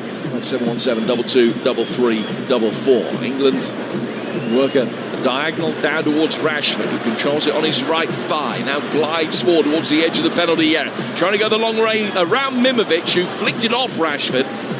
Might have been close whether Rashford actually was over the dead ball line when it hit him, but a goal kick has been given. There are no complaints from the England number 11. Still 1-0. I'll tell you what the Serbs have done. This big crossfield pass has come out to Rashford, and they've denied him the space inside. He quite enjoys, obviously, that inverted position, coming in, opening the goal up on his right foot. He's tried to go on the outside on that occasion, but when he has tried to dart inside, they've done extremely well in doubling up on him. England have sent out Belling, Foden, Jordan Henderson and Berechi Eza out to warm up. In possession with Elliot Anderson, who's given a shove there by Gadelia to give free kick England's way, 20 yards outside the penalty area. Elsewhere, Portugal still leading Ireland by 2-0. Troy Parrott only got one international goal in 3 years, but he scored twice in the first half tonight. Fine form domestically. Breaks for his country. Ireland 2, Portugal 0. Ireland got a Hungary next. They would still need to win, but that would be a playoff place for them. Throwing themselves a massive lifeline tonight. Keep matters in their own hands. Rice to take this free kick. Sweeping it inside the penalty area. It's knocked down. Rogers controls it, sticking out a left leg, brings the ball under control, and Nico O'Reilly's first shot for his country is an errant one. He's dragged it way wide and out of play for a goal kick that will be taken by Rajkovic away to our left. England still leading by 1-0. Now it comes from Mimovic. Mimovic getting it again, just passing it forward towards Zivkovic, and Gadelia has won a free kick. England looking to extend their unbeaten record in home qualifiers to 41, which goes back some 18 years now. And the goalkeeper has just been caught there as it was played back to him. Rodgers applied the press and did so just a little bit over-exuberantly. It was judged to have caught Rajkovic. Rodgers thought there was nothing in that at all, but a free kick has been given, and it's Pavlovic who plays out for the back. Yeah, I think Rodgers is correct. He's not put his foot up at all, and the goalkeeper being closed down, I think it's double jeopardy. He thought, if this gets cut out, at least I'll get the free kick. He flicks the ball away. And it goes for a throw. France have the breakthrough. They lead Ukraine 1-0. That will be enough for them to qualify tonight. Kylian Mbappe from the penalty spot. Looks like France are going to be the second European nation to book their place in North America. We will have every game from the 2026 World Cup across the States, Canada and Mexico live for you here on the Talksport network. Starting in the second week of June, England will have warm-up games before the tournament, and we'll have those for you as well right here. March, the final camp before Thomas Tuchel picks his squad. I'm not sure of the identity of the games that England will be playing in March. We know they're going to be on home soil. They will also be live right here. I think it will depend on the draw. See who England have got. It's often the case that England will match up in terms of continents with who they're going to end up facing. So if England get an African side in the World Cup, expect that they will get a friendly against an African team as a warm-up game. Ball play forward here for Saka, and he's offside. So he was foul, but the offside flag was up first, and is a free kick that will be taken by Serbia. Not really showing a huge amount of endeavour to get themselves back into this with 10 minutes gone in the second half, and it's still that Saka goal that is the difference between the two teams. Yeah, the Serbs have been very poor this second half. They've not come out with any adventure, really, and the game's been played solely in their half at the moment. Just thinking, how many of the home nation teams do you think will be at the World Cup next summer, Jim? Pleading the fifth. There's Kane getting it forward. Rodgers, Rashford, good tackle coming in on him. Rodgers then on the follow-up, and it's taking a block. Hits Gedelia and goes out of play for a goal kick. Good play there by England. Great set-up, and the pace of Rashford. He's just about to take a touch and unload one, and Milenkovic has come across and got a very good block in. Rodgers just following up, just lost his footing. I will answer your question, Stu. I think it'll be one. England, obviously. I don't think any of the others will qualify, and I would love to be proved wrong. I just can foresee playoff despair in March. I think that there's every chance Wales will make it through to the playoffs, and Scotland as well. But I just think those playoff games might be difficult, and I really hope that I'm wrong. It would be magnificent if all three were there. Sliding challenge comes in on the edge of the penalty area by Harry Kane. The Serbian player felt the contact, made sure that he rolled inside the penalty area. And Terzic. And now as England work it forward at the other end of the field, Kane involved in the thick end of a collision again, and he ends up on his backside with his hands out looking at the referee, appealing that he should have had a free kick. And nothing's been given there either. And Stankovic can bring it away. Well, I'll tell you what, Harry Kane has just tracked back to the edge of his box and imparted a sliding tackle that any fullback would be proud of, and he was the one at the front end of the team as they broke up the pitch that nearly got on the end of it. I must admit, when he went down, I had to do a little bit of a cartoon double take. Is he really covered that amount of ground that quickly to get back up there? It was a superb play and industry from Harry Kane, who's scored in 7 of his last 8 internationals, but has had a sniff of a chance in this second half. He sent a free header wide in the first. It's the closest that England have come to doubling their lead, incidentally. They've got it again now. Lovely step over from Rashford, letting it run through for O'Reilly. Continued his run, then lays it back for Marcus Rashford. It's 30 yards out as he lets fly. And he just got caught as he got the shot in. Shot was comfortably saved. There's no suspicion that he was fouled there by Stankovic, by Zivkovic, I beg your pardon. But he's down, he picked up a sore one. Maybe he's got caught on the left knee. The get back to his feet now. He's okay, and it remains 1-0. Yeah, it's a sore one, but it gives the telltale sign that it's not too bad by the shaking of the wrist, if you know what I mean, Jim. I'm not sure I know what I mean, to be fair. If you could decode that one and come back to me. Are you recalling Gareth Hunt and the Nescafe advert in the 1970s? I mean, I know your field of cultural reference.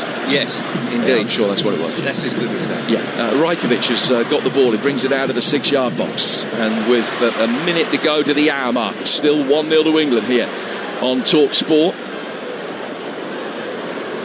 Vlahovic coming in off the right-hand touchline. Fires the ball forward out to the far touchline for Kostic. It's one back again by England, with Rice able to get it forward towards Saka. Back he goes to the edge of his own penalty area, and Konsa has it. Still 1-0 to England, 1-0 to France, 2-0 to Ireland.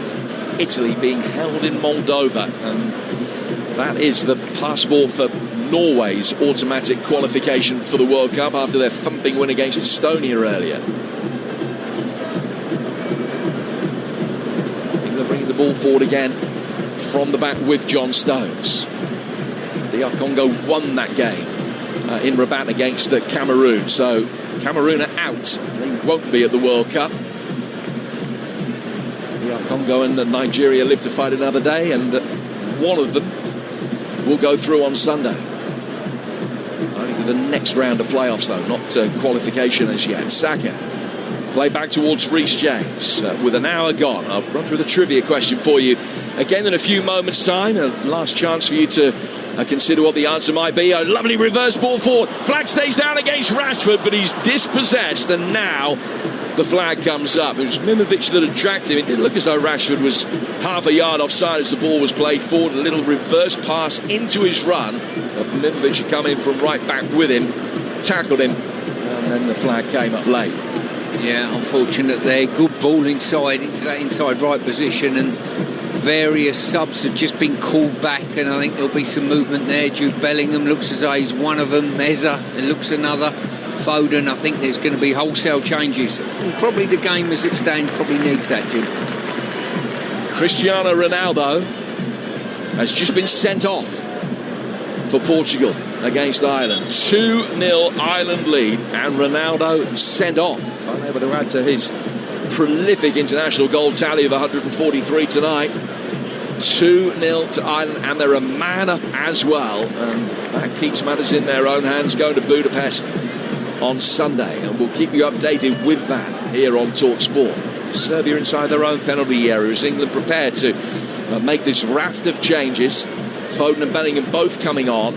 Serbia have it again, worked out towards Kostic. Kostic on the left-hand side of the penalty area. He's driving forward, he's knocked his square, and it's a shocking miss from Vlahovic. What a let-off that is for England, who've had nothing to deal with defensively in the second half.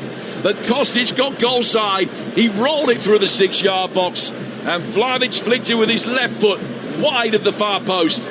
Just trying to be a little bit too intricate with it, rather than putting his foot through it. And England survive. Yeah, I think it was unfortunate, to be fair. The ball was slightly behind him, so he's had to sort of drag it and flick it through his own legs, actually, to try and get it into that far corner. But the pace on the ball's just unlocked him. But a good opportunity all the same. Well, he scored in Latvia and Andorra. He should have scored in England as well. Could have scored in England. Now, Thomas Tuchel won't be happy about that, but the clean sheet remains intact. Yet another clean sheet. England have only let in 13 in the last 23 internationals. Rice coming forward again towards the edge of the penalty area. Rodgers, O'Reilly, clever flick back to Declan Rice. Rashford has it now on the left-hand side of the penalty area. Working in towards Morgan Rodgers, who is just thrown an arm up there to protect himself and the ball, and one of the Serbian defenders has crashed into it. The fans having their say on that, but it is a free kick to Serbia in the right back position, and we are going to see the England changes. Foden still being given instructions by Thomas Tuchel, who's doing that with one breath, and then with the next he's turning to the fourth official and berating him about the quality of that last officiating decision. Stankovic playing it over the top. And Konsa got shoved in the back by Kostic. Had he got past him there, would have been through one-on-one. But Konsa was fouled, and it's a free kick to England just outside their penalty area. And here comes Bellingham and Eza and Foden and Jordan Henderson as well. Yeah, wholesale changes. I think the game probably needs you just freshening up slightly, so it's not a bad thing. And it gives the opportunity for one or two to impress. So Kane comes off. No goal for him tonight. Declan Rice makes way as well. Morgan Rogers also leaves the scene. Well, we spoke earlier, Jim, about Foden being that number 9. We've got probably half hour plus to have a look at him with Bellingham in behind him by the looks of things. Marcus Rashford's the other player that has made way. So it's Eza on the left, Saka on the right, Foden at 9 with Bellingham just off him, and Jordan Henderson will take over Anderson's role as the deepest of the midfielders, and Anderson will push forward and play in Declan Rice's role. So it's an attacking reshuffle as far as England are concerned, with about 27-28 minutes to go. England leading by a goal to nil through Saka. Vlahovic missing a really good chance to make it 1-1. Here's Jordan Henderson. Now Phil Foden, who we can expect to drop off into pockets like this. 20 yards adrift of the highest England player, just deep in midfield, and got caught on halfway. Free kick taken quickly.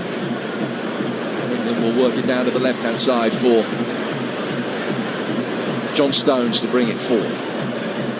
Stones clipping it, straight ball over the top. And Eza chases after it and will get there. Left-hand side of the penalty area. Pass 1, pass 2, in towards Elliot Anderson, who's shot blocked in the near post by Milenkovic.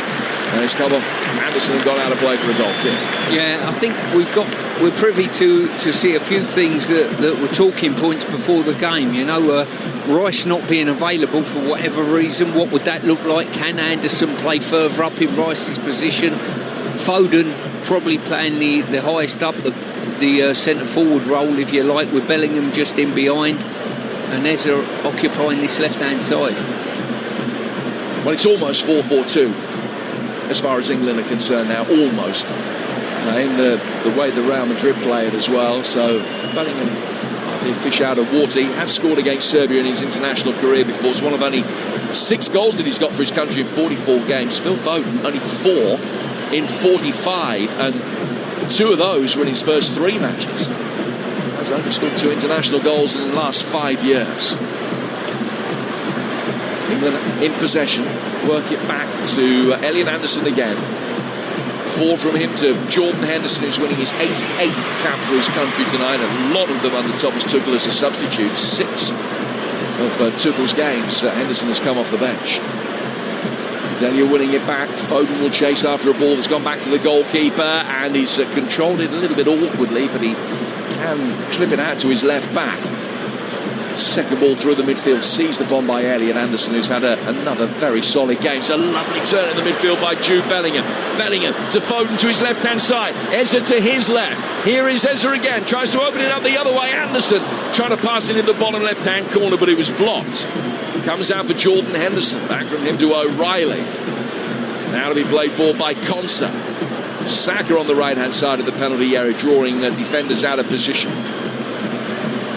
Back into a more central area that O'Reilly can occupy. 1-2 between him and Henderson, and the Brentford man has it again. To the far touchline. Almost cast in the role internationally these days of perennial substitute and mentor, and I know that his influence off the field is really highly regarded by Keith Andrews at Brentford as well. Here's Eza. No look pass down the line for O'Reilly. Put into play between the pair of them. Eza will take it on. Try and run at Mimovic. Tracks back and then wins a throw that will be taken on the England left. Midway through the second half here on Talksport. Still England leading 1-0. The other game in this group, Albania now lead in Andorra by a goal to nil, and that would cement their playoff position. Serbia are going to make a change. Samadjic coming on for Gudelja. So that's their second change. Straight swap in the heart of the midfield. An introduction for Lazar Samadjic, who plays his club football in Italy for Atalanta. O'Reilly's throw to Eza, back for Stones. Stones with a pass back behind Ezri Konsa. Konsa again, taking it forward towards the halfway line. In towards Jordan Henderson. Henderson's ball out to the England right for Bellingham. Bellingham gets it again. Work for Jordan Henderson's run down the right-hand side of the box, but it's cut out. England with Anderson. Bellingham's done really well to take the ball with players coming in from both sides of him. Henderson now flicked in, just too far ahead of Foden, and scooped up by the goalkeeper. 1-0. Yeah, we seem to have an injection of energy at the moment with the subs that have come on. A little bit more fluency. Mimovic at right back for Serbia must think what's going on. He's had Rashford for 60 minutes, and Eza's come on. A different type of player, but someone who is prepared to run at you, stop you, and then move you again. He's a real handful. Henderson plays the ball out towards Saka. Now Jude Bellingham's got it. Bellingham was one of the correct answers in the England trivia question today. We asked you in this goal-scoring run for England, which is now 19 successive games, which players had scored in that time who have never played club football for a London club. Jude Bellingham, one of those. I'll give you the others in a moment. As he glides forward now inside the penalty area, gets it back, little reverse flick, and it's played across the 6-yard box for Eza. And I think he's just bobbled up, hit his shin, and spooned over the bar by one of the defenders for a corner. Yeah, really good play, good interaction. Bellingham at the heart of it, and just whipped it across, and England got the opportunity now to pop the ball in the box. Saka on that right hand side looking to whip one in, and it was Reece James with that little reverse pass, and eventually it became good defending by Milenkovic getting back. Another England win to nil on the cards at the moment, but they'd love a little bit of insurance. Into the final 20 minutes, it's still 1-0. Corner sent in really deep, and Konsa at the back post has just headed it into the side netting. Okay, here's the answer for your trivia question. And here are the 8 England players who've scored in this goal-scoring run who've never played club football in London.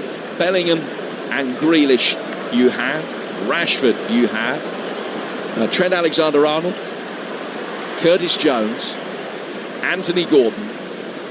Morgan Rogers. And Taylor Harwood-Bellis. Those are the 8. Forward comes Serbia again inside the England penalty area for a moment. Mimovic on the overlap can fire a deep ball in. Vlahovic going up for it at the far post. Pickford will come out and just shepherd the ball over the line and out of play for a goal kick. They're complaining that it should be a corner. I actually think the offside flag's probably come up. It's going to be an England free kick away to our right hand side. 18 to go. It's England 1, Serbia 0 here on Talksport. Don't forget, we've got more live sports action coming up for you on Saturday. A huge rematch between Chris Eubank Jr. and Conor Benn, live from Tottenham. And you can watch along on the night over on the Talksport Boxing YouTube channel as well. The coverage starts at 7 live on Talksport. You can also watch it live on DAZN. And a reminder that ahead of the Ashes next week, be sure to check out the Talksport Cricket YouTube channel. Here from Golfy and the likes of Matt Pryor and many more on the channel as well. England bringing it forward here. Tell you what, Jim, the amount of touches Anderson's had is incredible. He's probably had more touches than any England player by an absolute country mile. I've got to say, knits things together. The rest of the team trust him with the ball as well. Can't wait to see Elliot Anderson playing for England against a top 10 side in the world. There's absolutely no hint that it's a challenge that he wouldn't be up to, but just looking forward to seeing it. The ball is worked forward here. Milenkovic heads it away from Eza. Foden coming on to it, but Pavlovic can clear, and the flag's up against Eza in the previous phase of play. And we've seen a few over the last 8-9 years come into an England shirt, take to it immediately, but it's hard to remember too many that have made the same kind of consistent impact game after game at the start of their England career as Elliot Anderson. Yeah, there's been a real level of consistency about his performance. He's grown, I wouldn't say he's grown into it, he's actually started as he's gone on, with a real confidence about what he's done. The rest of the team trust him in regard to that, and he's done exactly what he's asked to do, playing in that position, dealing with any counter-attack situations and getting the ball off his two central defenders and knitting it together and feeding the players in front of him. He's hit the ground running and kept scampering.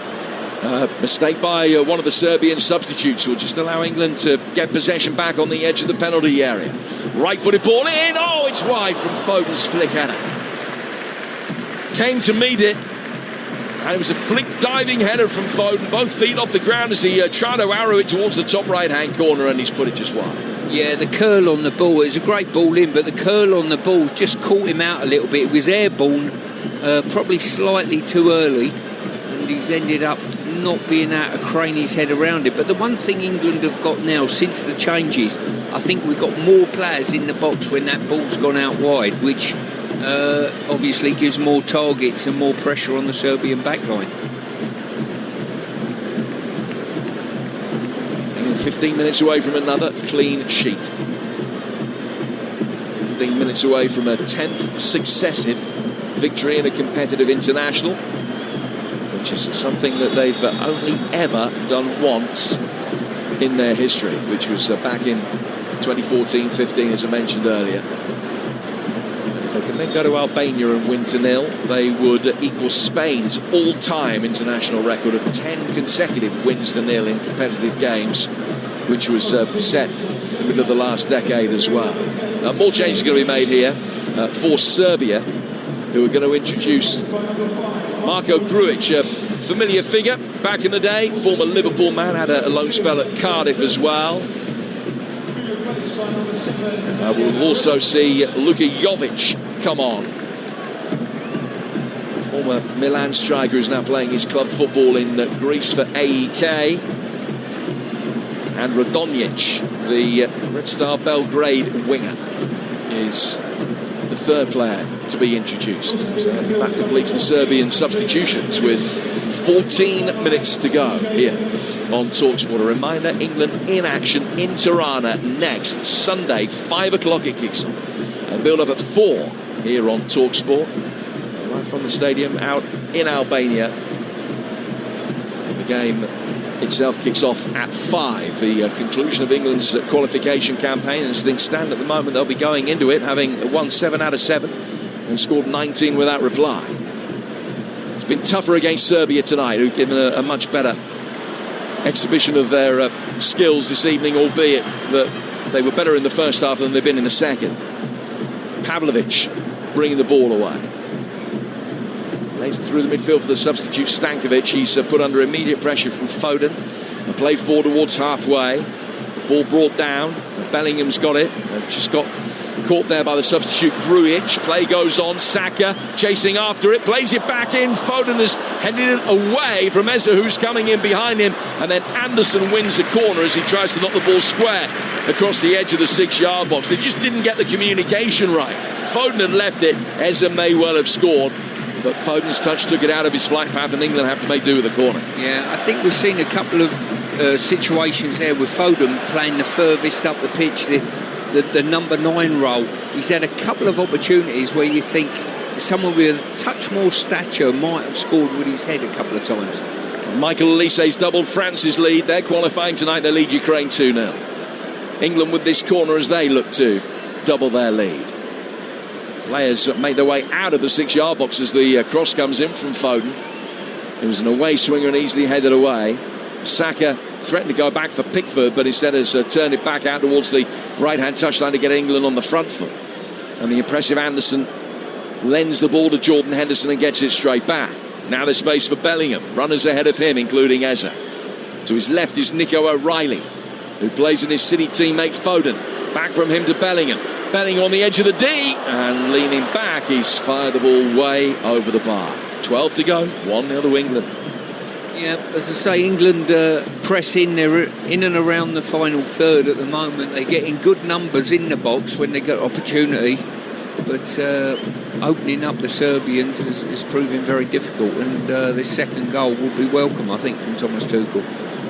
Well, at the moment, Tuchel set fair for an 8th win in 9 games in charge. Only one previous England boss has ever managed that. It was Glenn Hoddle, won 9 of his first 10.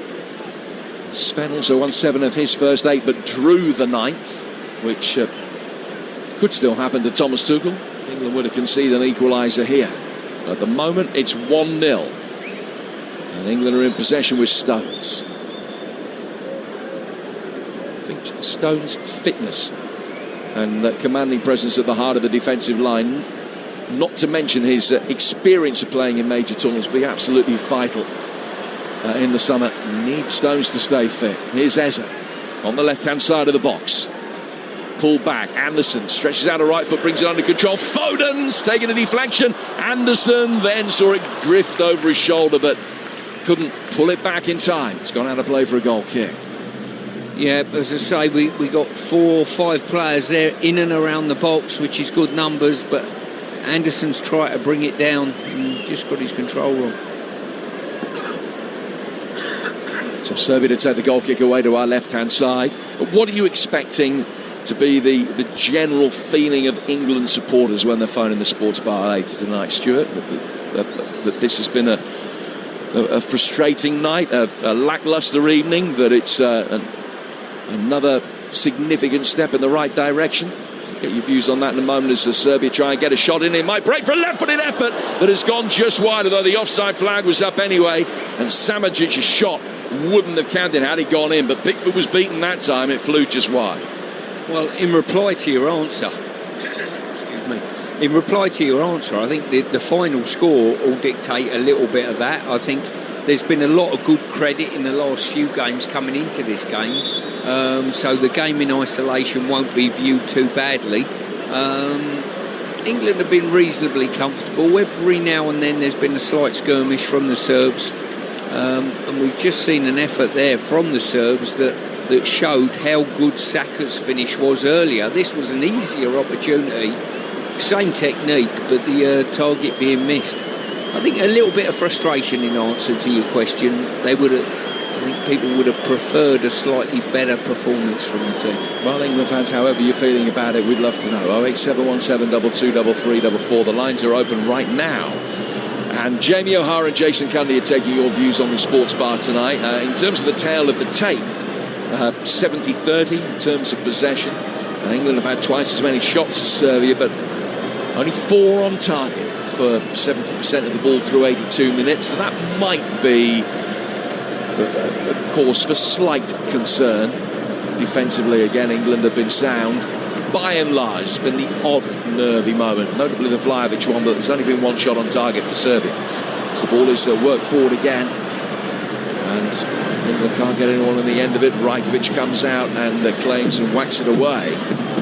Forward towards Vlahovic. Down from him to Samardžić. The Stones can't get it away from him. Brought forward now by Grujic, who works it wide for Jovic. And Serbia getting the blue shirts forward inside the penalty area again. Anderson can clear though, and plays it out to the England right, and it's beginning to open up. Serbia having to commit bodies forward, know that they need a draw with Albania leading in Andorra. Serbia desperate for a draw here.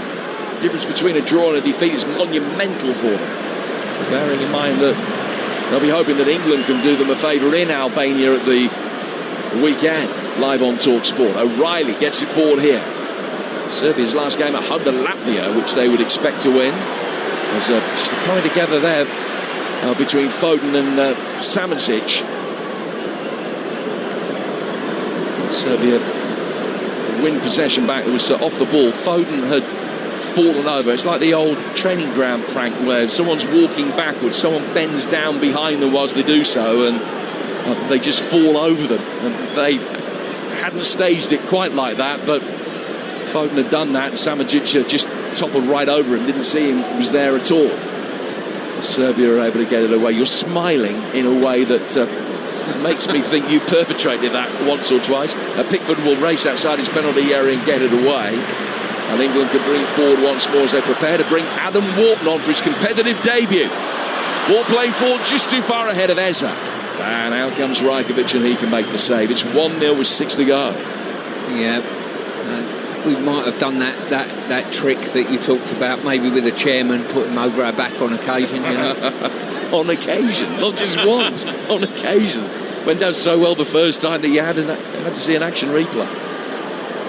Serbia will bring it forward again. Ball inside the penalty area, left-footed effort. Pickford beaten as that just gets the stanchion on its way past. Then the offside flag actually was up once more. And a yellow card is shown to Kostic. And England can make the change. And here is Adam Wharton, who's had to wait a long time for his second cap. His first one came in Newcastle as a substitute against the Bosnians back in June 2024. He's had to wait really patiently, didn't play having gone to the Euros. He was a member of the squad last year but didn't feature. But he now has come on for his international debut. He looked very good on his debut back end of the season before last. He gets 6 minutes here as he replaces Elliot Anderson. Yeah, it's interesting. You know, we've seen Gomez playing that deep line role. Wharton's played in it. Mainoo's played in it. And you know, we thought they were the finished article when they arrive on the scene, but it changes quite a bit, and Henderson looks as though he's taken that position and grabbed it for himself at the moment. So Wharton on, player who started all but 2 of Palace's Premier League games this season. His first touch just a little bit loose and went to Pavlovic. Now Serbia can get it forward quickly with Radonjic down the left-hand side who'll chase after a lost cause, and it's a throw that England will take down by their own corner flag. Serbia now in a position they've really got to gamble. Push forward. You wouldn't be surprised to see a second England goal on the counter-attack, because Serbia have got to go for a draw here. They will be more than aware that Albania are leading in Andorra with just a minute or so to go. France now 3 up against Ukraine. And Kylian Mbappe has scored his second and France's third. Portugal, with Ronaldo having been sent off, still 2 down in Ireland. And still goalless going in the last few minutes in Chisinau. In fact, Italy have just scored in that game. Right on cue. Mancini making in Moldova 0, Italy 1. But Norway are going to win that group. Here come England again, looking for a second. Bellingham to Foden.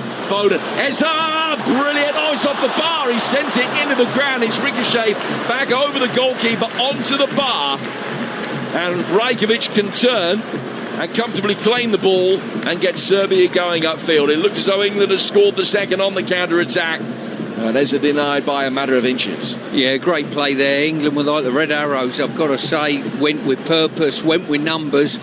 Bellingham leading the charge, and a little 1-2. Eza going in behind. And you thought the net, just waiting for the net to ripple, basically. But I don't know whether the goalie's got something on it that's diverted it onto the ground and up onto the crossbar. Pickford bringing it to the edge of the D.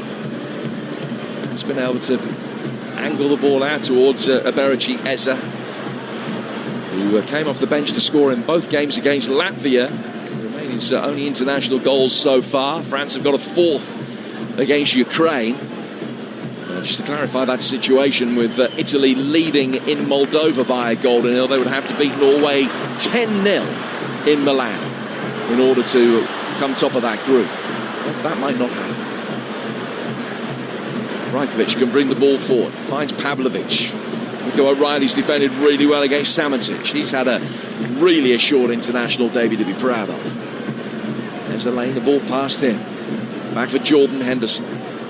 Inside his own half for John Stones. We've got 2.5 minutes of normal time to go. Maybe 3 to be added. It's O'Reilly.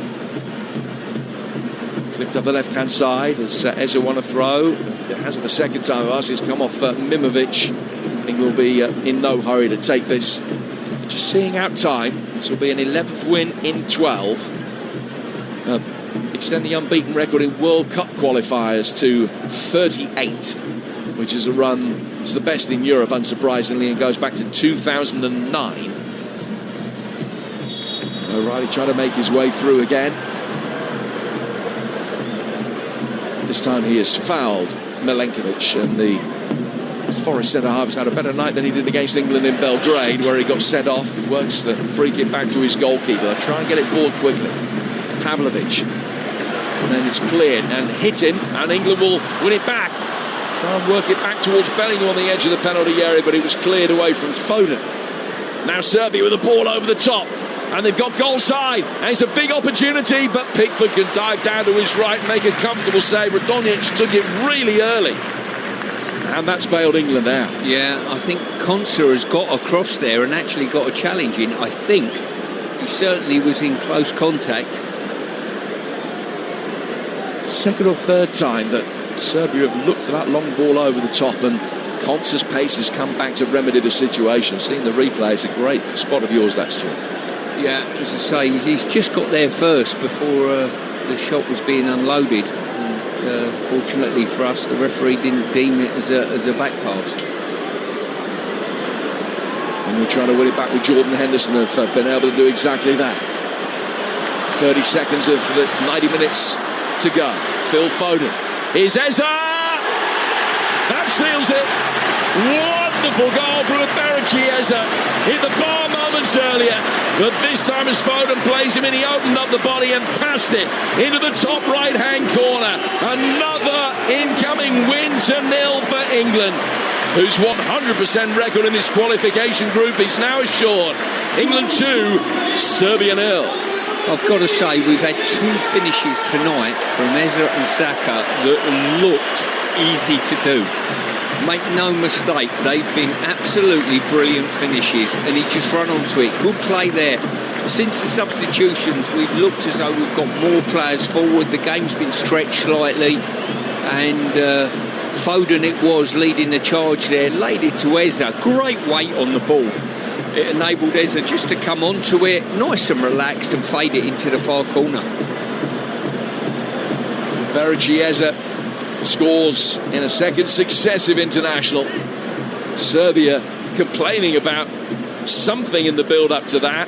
There's a lot of anger. It might be born of the frustration in the group, the fact that they now know as the game goes into stoppage time that there's no chance. I don't think that they will be able to fight back and get the draw that they need. They know that they're going to be finishing third in this group. Meanwhile, at the behest of the fourth official, across comes the referee and he books Veljko Paunovic, the Serbian coach. I think they were looking for either a foul from Konsa or a back pass from Konsa in that challenge at the edge of the box. That's all I can think of, Jim. Well, the VAR had a lengthy look at it, but the goal does stand. And England lead by 2-0. Maybe the slight tug, yeah. Bellingham with a slight tug on Pavlovic to win possession back in the first place for England. But the goal stands. It's Saka and Eza, and it's a 2-0 lead for England with 2.5 minutes of stoppage time still to go. Adam Wharton almost caught in possession there. Ended up playing it back towards Ezri Konsa, who did well to flick it away. Foden to Bellingham. Foden's been lively since coming on, showing for the ball. He's got it again now and sends an aerial 45-degree ball out to the England right-hand side for Bukayo Saka. Jordan Henderson's going to come onto it. Saka again. The fact that Saka is the only forward who's had 90 minutes tonight makes me wonder whether he might be left out potentially for the game in Albania on Sunday. Be interesting to see exactly how much of a part he plays. Stones has got it. He's got Pickford behind him. Pickford not too far away now from leaving the field, having not conceded for 900 minutes. Back for Pickford again. Just rolling his studs over the top of the ball. Now flighting it forward towards halfway. Saka's turned his man beautifully. Chance for England to set the seal on it now. Saka. Here's Jude Bellingham coming forward. Eza's got it again. Dancing inside the first challenge. Bellingham continues his run forward. And Pavlovic takes it out of the hands of his goalkeeper. Couldn't really leave it. And he's put it behind for a corner. Yeah, it was a near miss for a good chance. I think Saka's pass was too soon. I think once he got beyond the back line, he should have been opening his legs and committing one of the central defenders across to him before he played the pass. But once again, where Thomas Tuchel will be delighted, things were a touch stagnant. He's made a substitution of 4 players, and those 4 players have come on and improved the opportunities in and around the Serbian goal. Foden takes his latest England corner. It's headed away from inside the penalty area, and there's been a push in there by Jordan Henderson. And a free kick to the Serbs. France have qualified. They've beaten Ukraine 4-0, so they are through. Norway all but mathematically through to join England, who make it 7 wins out of 7 in this qualification group. They've scored 20 goals in the process. 2 tonight. Not the 5-star, 5-goal performance that we saw in Belgrade against Serbia, but a very solid return to home soil. Goals from Saka and Eza, 1 in each half, getting the job done. England will play better, but there was never really too much danger the other way. Another step forward. England beating Serbia by 2-0. 10 competitive international victories in a row. Something they've only ever managed once before in their history. Got to be a positive, hasn't it? Goals, clean sheets, wins, and actually not just goals, brilliant goals from England tonight. And they never really looked in danger. I guess Serbia had a couple of moments going forward. It wasn't totally straightforward, but England didn't look like they were ever going to lose the game, and there was no real threat in terms of conceding a goal. It's kick-off on Talksport with Ladbrokes, 18+, begambleaware.org. We're live at Wembley after England have beaten Serbia 2-0. Jamie O'Hara, Jason Cundy on the sports bar when we're done at Wembley taking your calls. That's in around about 20 minutes. They'll be asking you if tonight has proved that Phil Foden has no place in Tuchel's final starting 11 as an attacker, and whether Nico O'Reilly's played his way ahead of Miles Lewis-Skelly in the pecking order. There may be other things you want to talk about with the guys. 03717 22 3344.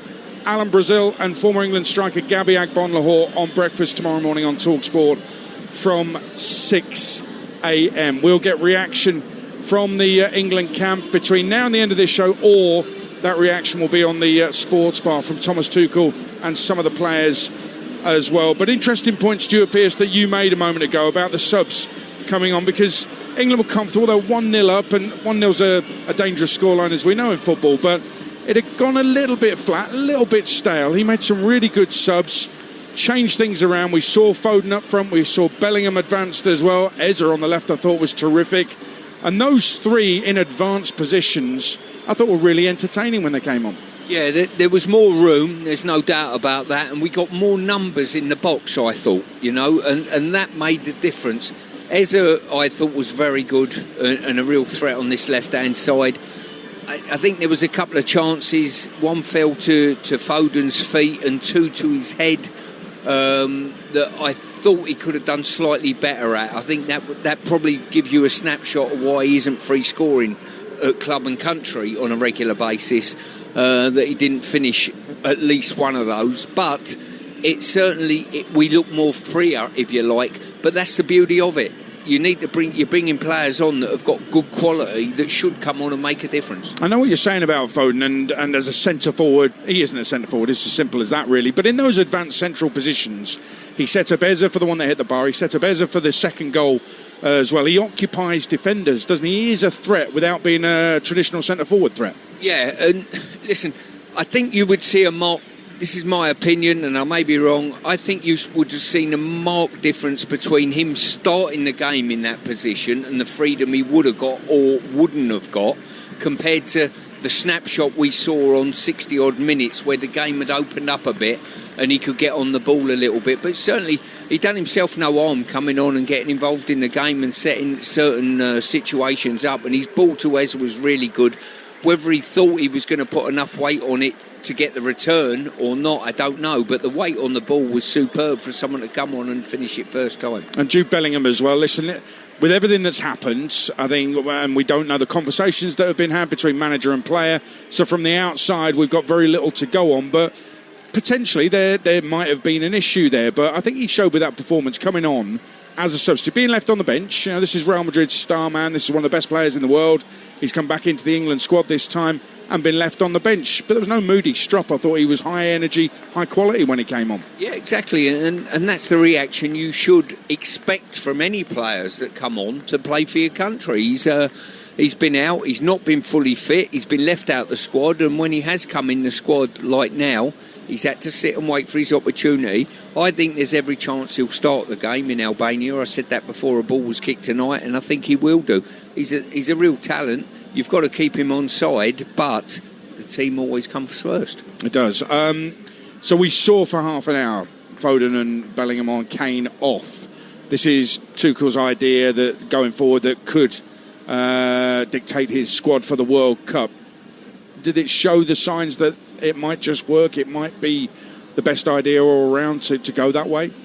I'm still not convinced about Foden being the furthest up the pitch, if I'm being quite honest with you. I think the game lent itself, and the freedom of the game in the last 20 minutes lent itself to those two coming on, and Foden dropping back slightly on occasion, more room, more time available, and technically they're very good, no doubt about that. But that might be the impact that they might need later in games. It might not be a starting thing come next summer. You might not be looking for Foden to lead the line from the whistle, but to come on and have an impact like that, brilliant. If they do start up front on Sunday in Albania, we might have more of an idea, possibly?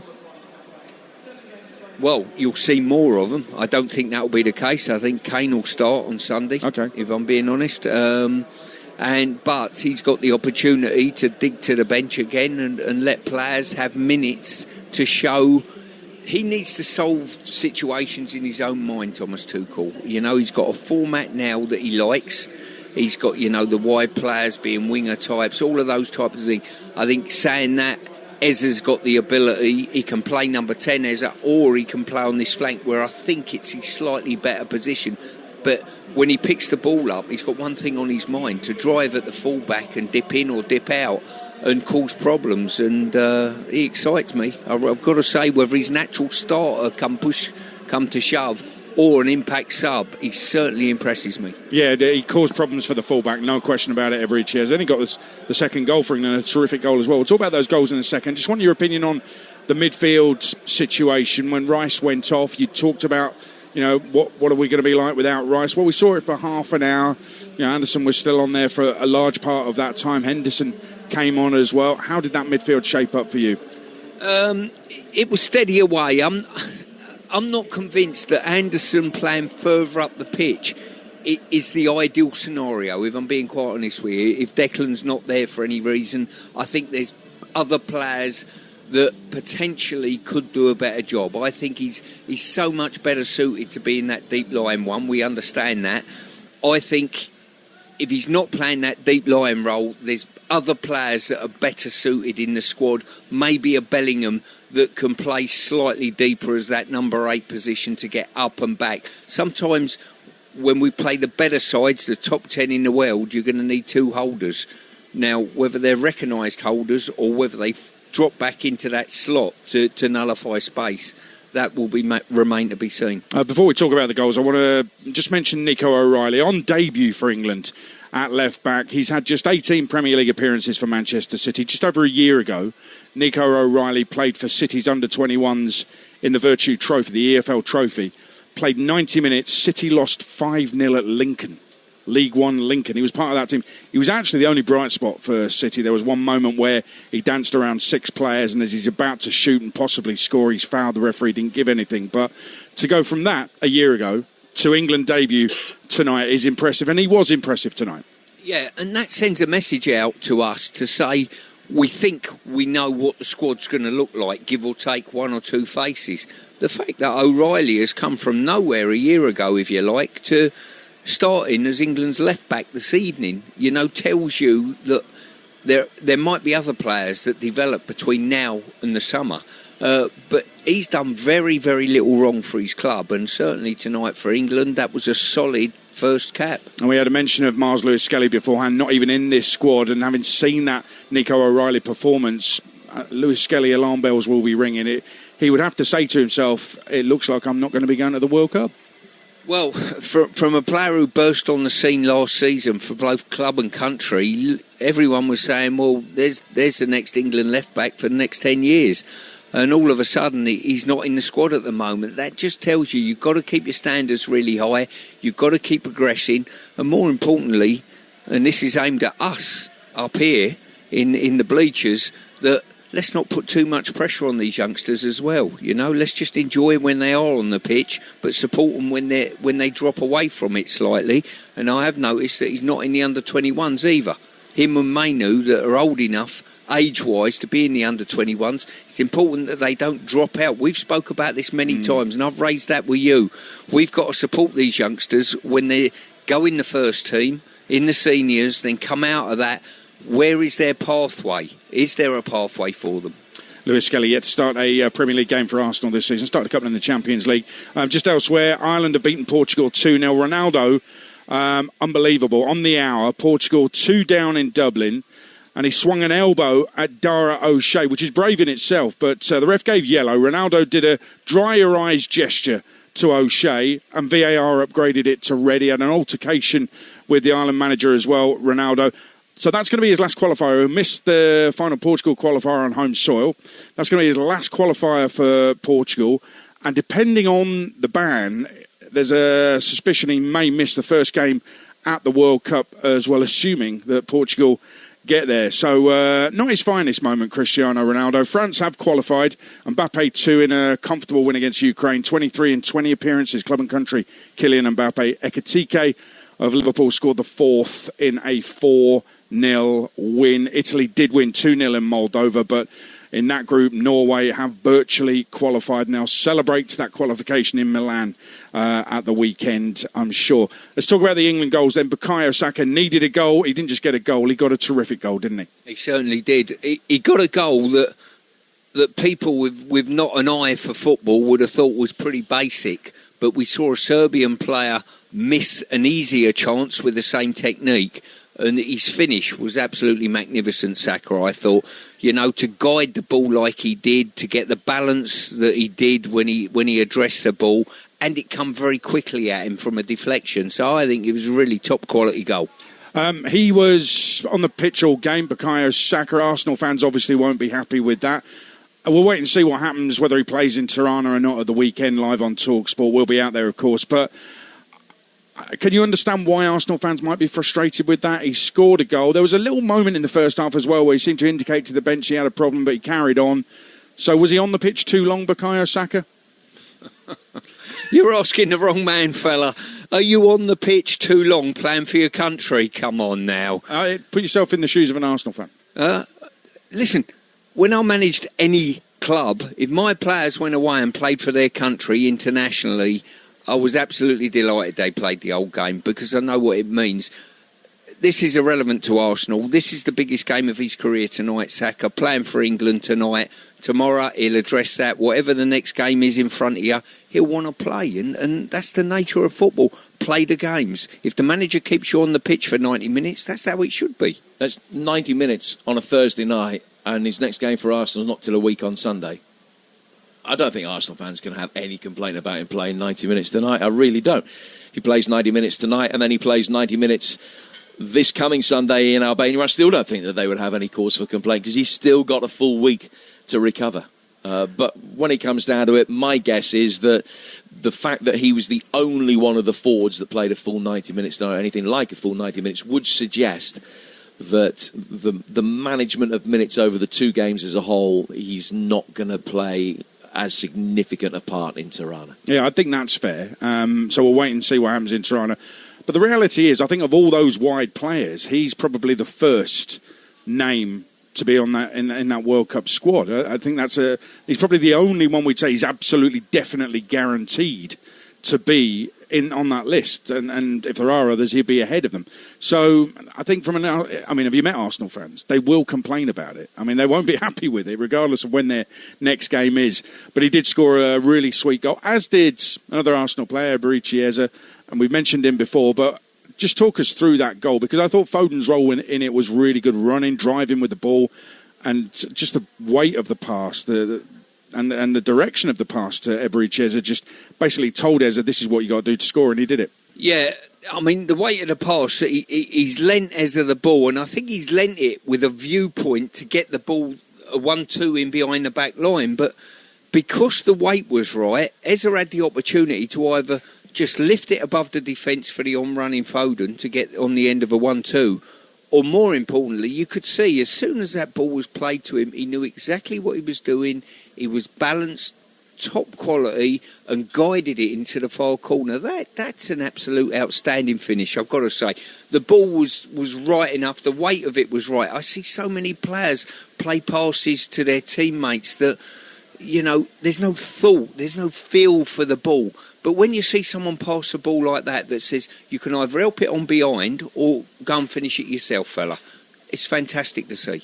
Jordan Pickford, we mentioned before that in qualifying he's not had a huge amount of shots on target to face. He had some work to do tonight, no doubt about it. He's England's undisputed number one. I've got no problem with Jordan Pickford being England's number one. In fact, I love his character. I love the way he connects with fans. I love the way he loves playing for England as well. He was asked clearly, what do you want to do between now and the end of your career? Win a World Cup was his answer. Every England fan has got to love that answer. And what a good habit, clean sheets. Now, there's going to be tougher opponents if you're going to go and win a World Cup, but this is a very good habit for Jordan Pickford to get into. Is it a worry, though, that he hasn't actually faced that many shots on target in qualifying? Well, that probably tells us a couple of stories there. A, the opposition are not that good, or alternatively, we're defending quite well and stopping that situation.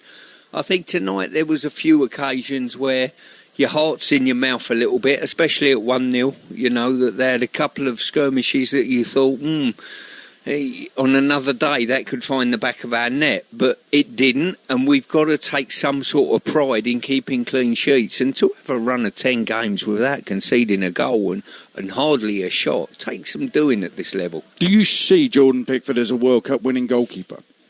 In all honesty, probably yes, I do. I think he rarely makes a mistake. The only mistakes he makes is when he gets a little bit bored and starts playing the ball out from the back and tries to get involved in things he shouldn't get involved in.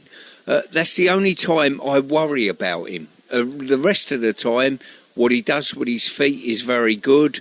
His shot stopping's very good. For a goalkeeper that gets not a lot to do for long periods of time, he keeps his concentration. For somebody you look at and think, is he thinking about Netflix or something? You know what I mean? He does keep his concentration to make those saves at the right time. So, listen, yes, I'd see him as a potential World Cup winning goalkeeper, without a doubt. Yeah, I do as well. I'm really, I feel really secure knowing Jordan Pickford is behind that defence. And that defence was slightly different tonight without Mark Gahey at centre-half. But, again, yeah, there were little moments, but you expect that. I mean, Serbia are trying to stay in contention in this World Cup qualifying group. Once they were one down, they had to get forward, and they did in the second half. But I thought, by and large, centre-halves did OK, and obviously it'll look even stronger when Gahey's back. Yeah, as I say, Mark Gahey, for me, I've always been a massive fan of his, especially wearing an England shirt, that's for sure. I think he's the number one central defender, but Constance thoroughly sort of won me over. The more games go on, I think he's grown into the role of an international centre-half, and John Stones, we all know what he can do. So between the three of them, I think we got two very good centre-halves there. John Stones has got to stay fit, though. That's been a problem for him, hasn't it? We'll talk about that in a second. Let's go down to where the England players and the management are. Let's speak to Faye Carruthers. Faye? Yes, I'm with Nico O'Reilly. Congratulations, your senior debut for England. How did that feel out there? Yeah, it was an amazing feeling to make my debut here at Wembley. My family watching, yeah, it was a dream come true. I was going to ask who was here today, and did you get some nerves? When did you find out you were in the team? So yeah, my mum, stepdad was here watching. No, I wasn't really nervous, I'd say. More excitement. And what about your family? Because, you know, big moment for them as well. What did you say to them when you knew that you were starting? Yeah, I just told them. He was buzzing. We were just saying, do what you do. And yeah, they didn't try and pressure me too much. They tried to let me just focus on the game. But yeah, I'm going to go and see him after. And what did you think of your performance tonight? I'll tell you what our pundits thought and our commentary team in a second, but how did you feel out there? Yeah, I felt all right. It was an okay game. Obviously, we got the clean sheet, which is important, the 3 points, which is important. Personally, yeah, I think I did okay.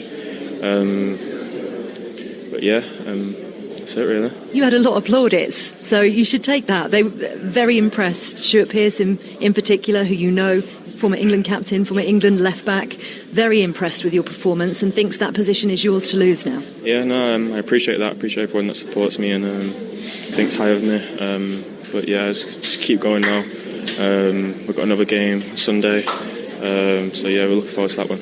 What were your instructions from Thomas Tuchel and his coaching staff? Because I saw a few times that they were trying to get you pushing further up the pitch, is that right? Yeah, it's just trying to attack the back line when I can, help out the front players. So that's what I've been doing at club at Man City, helping out in attacking areas. And yeah, I think it's good having an extra man there. So yeah, that was the instructions. Just finally, it's your second time in camp. Has there been anyone that's taken you under their wing a little bit? Anybody that's, looking after you out there? Yeah, I mean, they all do. Obviously, the first camp, it was mainly John Stones. Obviously, Man City with him, so we know each other quite well. But yeah, this camp, it's been a bit more open. I've been going with a bit of everybody. So yeah, it's good and I'm enjoying it. Settling in, desperate to be on that plane to the World Cup? Yeah, definitely. Brilliant. Thank you, Nico. Thank you very much.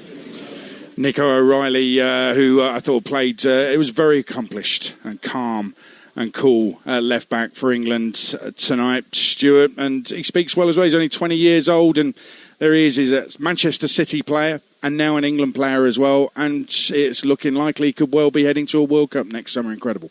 Well, he's done himself no harm. He's done brilliant since he's got in City's lineup. He's coached by an outstanding manager at club level, and every game he plays for Manchester City is an education.